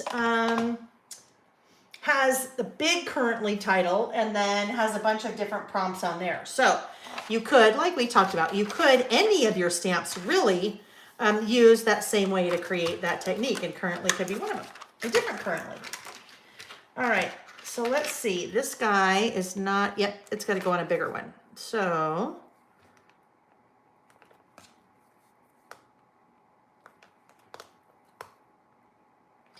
this one I use Speckled Egg.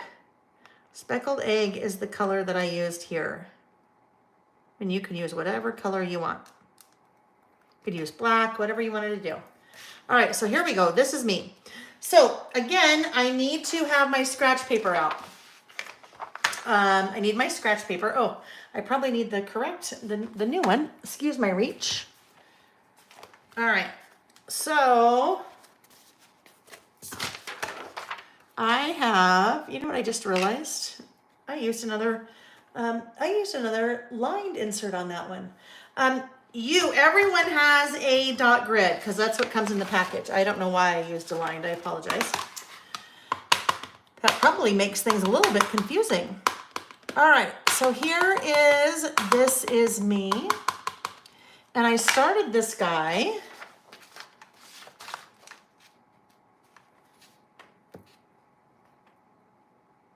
Oh, and guess what? I didn't test it first. So do as I say, not as I do. I forgot to test it. So here we go. There is This Is Me. And now I need to restamp part of that, right? Because I have this extra space over here. This is where I want to make sure to have my scratch paper because I probably don't want to stamp on anything else that might be around here. So there we go. This is me. What I did from now, I didn't do letter-wise like I did Currently. I did word-wise. So instead of stamping This Is Me, oh boy, and look what I did. I pulled the wrong ink there. Okay, everybody know I just pulled the wrong ink, so this is going to look a little odd. But that's okay. Well, you could actually, if you want to, do different colors too, huh? That could be kind of fun. So now I did Is Me. And then I would come back in again and stamp again. But, oh my goodness. And now I just went back to the other color. That could be really fun, actually. You could do really fun, like rainbow colors here. All right. Now I did This Is, and so now I want to do Me.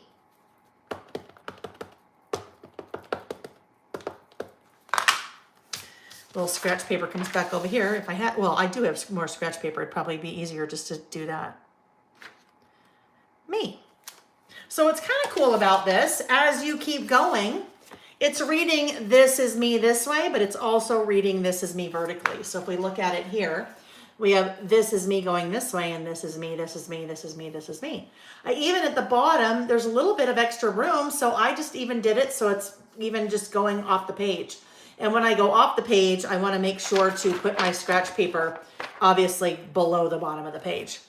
So after that's done, I just used the little This Is Me sticker right on top of that. This guy, what makes me me? So that's just kind of a generic list. What makes you you, right? I used spun sugar to stamp the me, and then used a similarly colored pencil to color that in. So it looks like it was a solid stamp. Below that wrote What Makes Me Me, and then outlined that with the same paint colored pencil. That little guy and that guy, those are just your scallop border stickers from our sticker book. So coming back, oh boy, let's do this. Now let's put our things away. There we go. So just that little guy. Cut so it worked in two places. Over here, this one's important. Well, let's talk about this. There's a flower sticker, and then I stamped Age to Perfection right there. This one is, you're not cutting that, okay? That is already, we already have that size because it is part of what is left over. So it's not that one. it is that guy, okay? So it is that guy that we are trimming down to 7 1/4. So we did the exact same thing on in the first insert, where we're taking that extra piece, trim it down to 7 1/4. That goes there. That anytime you see in the project, in the first insert and now, where it says photo, that is not white cardstock. I mean, it really is, but it's not the white cardstock from your kit. That is where I would put a photo. So that, don't get that confused with the white cardstock in your kit and think you don't have enough. And then a couple stickers. Ways I like to relax. Okay, so I just wrote ways I like to, and then relax with your alpha stickers. And then just throughout those 2 pages, just scattered some stickers from the sticker book. And I could do one big old run-on list if I wanted there. Or maybe I'm just doing a little bit of journaling about the different ways I like to relax. So I could do it list style, or I could just write. My favorite memories. So on this one, I used the number stamps and I stamped them in black, and then I used a black colored pencil to color them in. Okay. If you have a black marker, you might want to use a black marker. However, caveat that, pay attention to what is going to happen on the back side.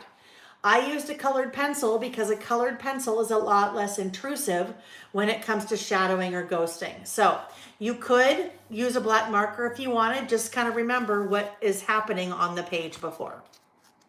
But it kind of gives it a totally different look. Those numbers a totally different look when you color them in. The perfect day, so sticker and sticker. Things that make me happy.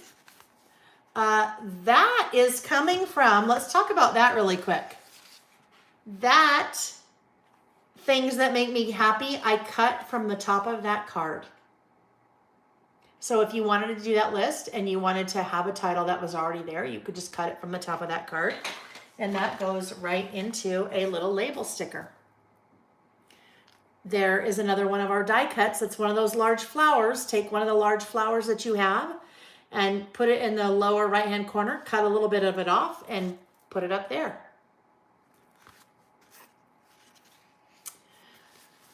Words that describe me. So words, alpha stickers, that describe, I wrote and then stamped me in black.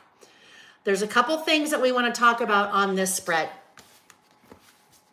So the first one is, that is the base. You put that down around your corners and put it down. Your list is on your white cardstock that we pre-cut. What I've done here, those are my little bullets for this list. And those little hearts are coming from your numbers sticker sheet. I mean, not sticker sheet, your numbers stamp. So I use that little heart. So those are great little bullets just to stamp those little hearts. Incidentally, if you are in a year that starts or ends with a 9, you are not missing something from your stamp.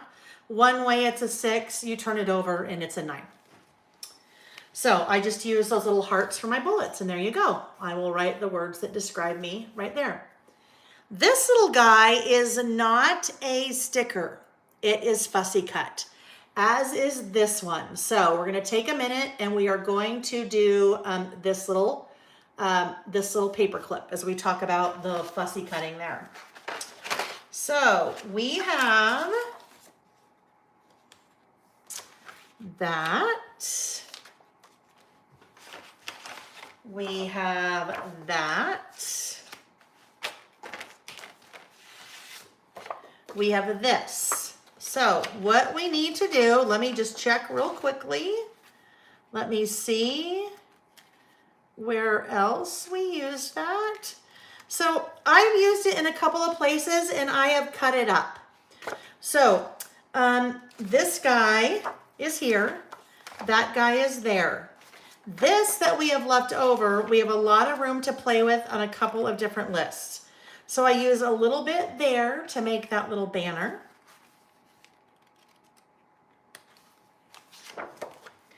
and I cut two little butterflies from here. So if I were to just come right down here, I fussy cut two butterflies. So one of those butterflies is right here. Okay. One of those butterflies is right there. The other butterfly is right there. That's part of that paper clip. So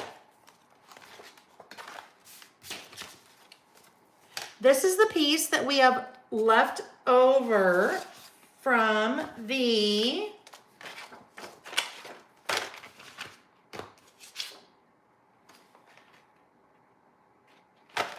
paper clip, sorry. What we're doing here is we are going to trim that little guy to my ruler. We're trimming it to 1.5 inches wide by about 2 inches.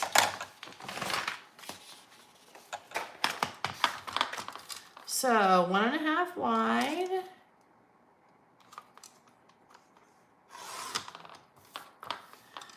By, no, 4 inches. 4 inches, because it's getting folded over. 1.5 by 4. So if you think the easiest way for me to explain this, if you think of a towel on a towel rack, like how do you hang a towel on a towel rack? You fold it in half, right? So this is our towel. There's our towel. This is a towel, the flag, on a towel rack, the paper clip. So I folded it in half. And if I want to be able to put this on a right-facing page, I want to have the open part of the paper clip at the top. I take the towel and I slide it over the towel rack, and there we go. Okay. I want that to be a little flag. I want my towel to be in a flag shape.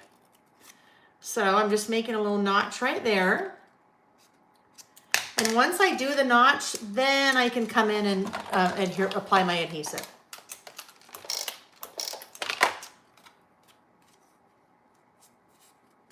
Okay. Now I'm going to take one of my little stickers from the sticker book, and it is on the circle.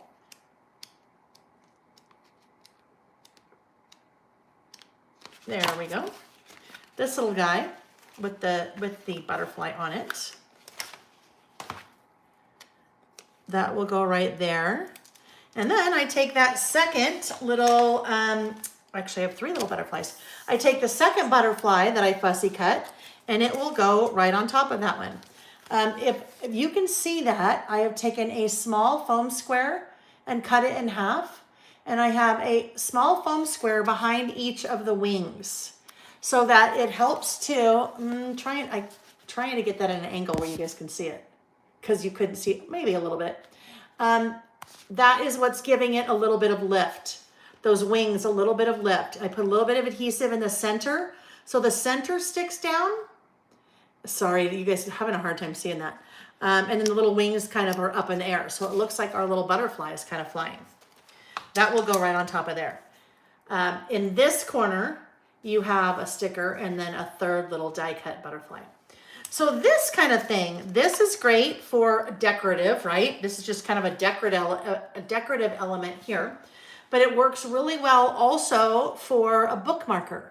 So if you read paper books that are made out of paper as opposed to like an ebook, like an e-reader, like a Kindle, or your tablet or something, this is great for a bookmark. It's great for if you read the Bible and you need to mark pages in the Bible.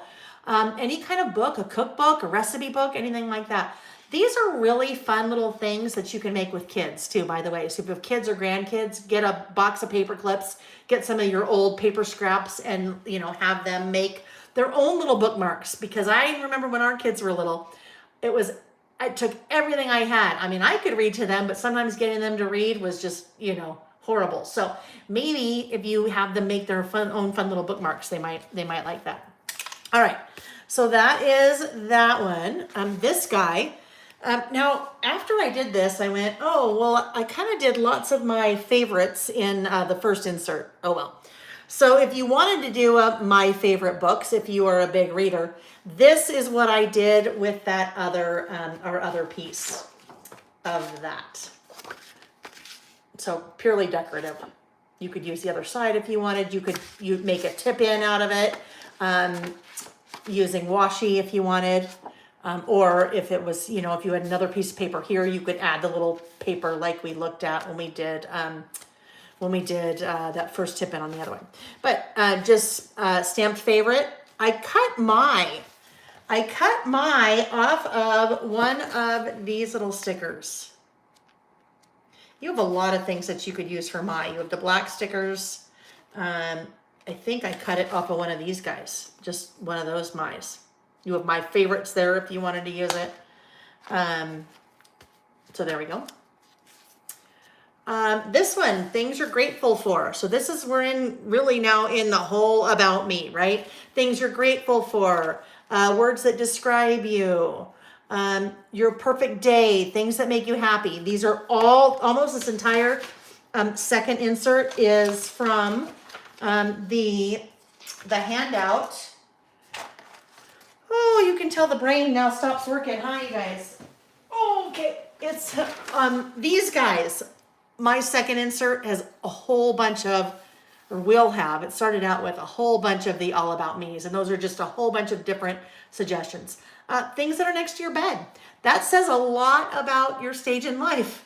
I have a humidifier next to my bed now. When I was much younger, I had a baby monitor, next to my bed, like on my nightstand. So, but this one, grateful for.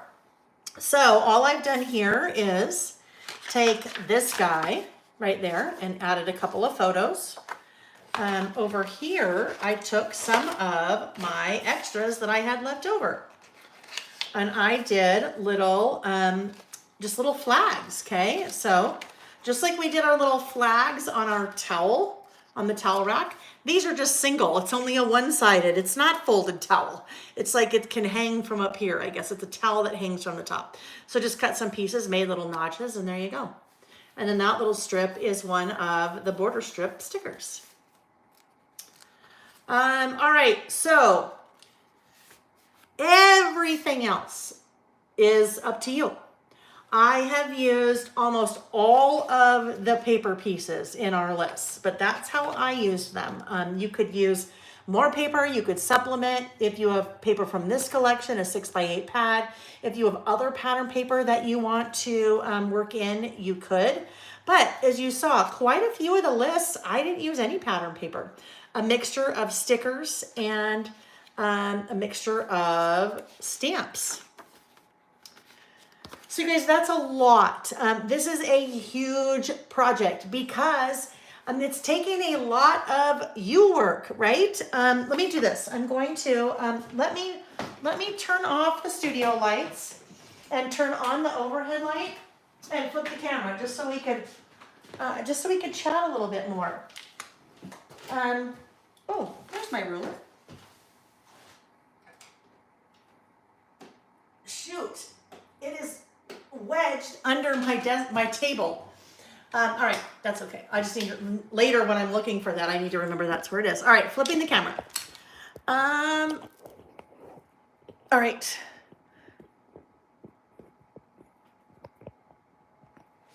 Okay, so you guys, you don't have much paper left because it's not heavy on the paper, but you have stamps till, end of tomorrow, end of day, end of time. That's it.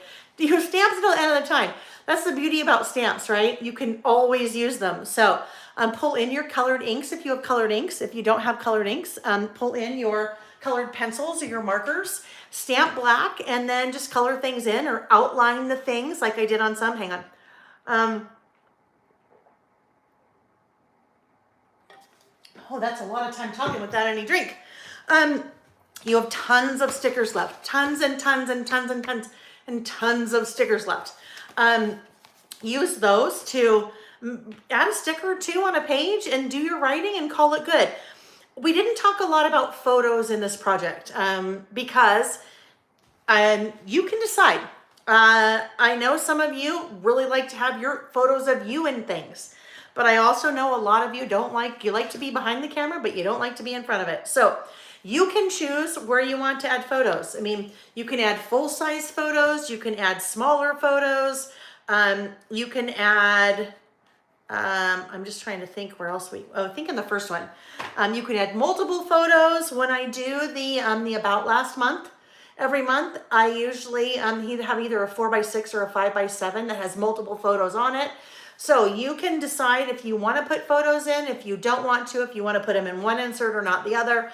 But you guys there's a ton of freedom and flexibility in a project like this because it really kind of all surrounds this-ish, right? What you decide that you want to document. And as I said, those are just ideas. There are so many different things that you could document in here. But that should be a good list of ideas to get you started. I'm excited for you. I'm excited for you guys to work on it. I'm excited for you to finish it. I'm excited to see how it progresses and how it changes. Oh, that just reminds me. We have a couple of other things in here I forgot to talk about. These two. Your little large heart paper clip and your binder clip. The binder clip you could use just to close one of them, just a decorative. And this you can use wherever. You could use it in the pockets. You could use it as a page marker, decorative, what have you. Sorry about that. I forgot those. You guys, questions. It's a lot to think about. I know it's a lot to think about, and I'm not sure. This was an interesting project to put together because it is so personal. It can be so personal based on what you decide you want to document about you, right? I think if it was me, I would sit down now and before I did any more work, and you guys probably for at least the last third of the class, if not more, maybe the whole second half of the class, maybe you sat back and just listened, because in your head, you're going, okay, now I really have to think about how do I want to do this? I think your next step is to figure out what you want to document. What of these things spark interest to you? And then I get my stickies out or my pencil out and just start. Stickies I think work really well because you can move them and put them in different places if you decide, no, I want this over here or over there. But the nice thing too is that you can add. You have room for at least 2 more inserts. So if you really wanted to go all out, you could do that, or you could do 1 insert a year. Maybe you could do 1 insert a decade. This could be a project that keeps on giving for a really long time. No, lots of flexibility, you guys. Lots of flexibility. It's nothing to be overwhelmed about at all. You just need to figure out what do I want to do, and that's what I'm hoping that little handout is helpful for you guys as you're trying to figure out what you want to do. Okay, let me look. I want to look in the chat really quick. Let me see.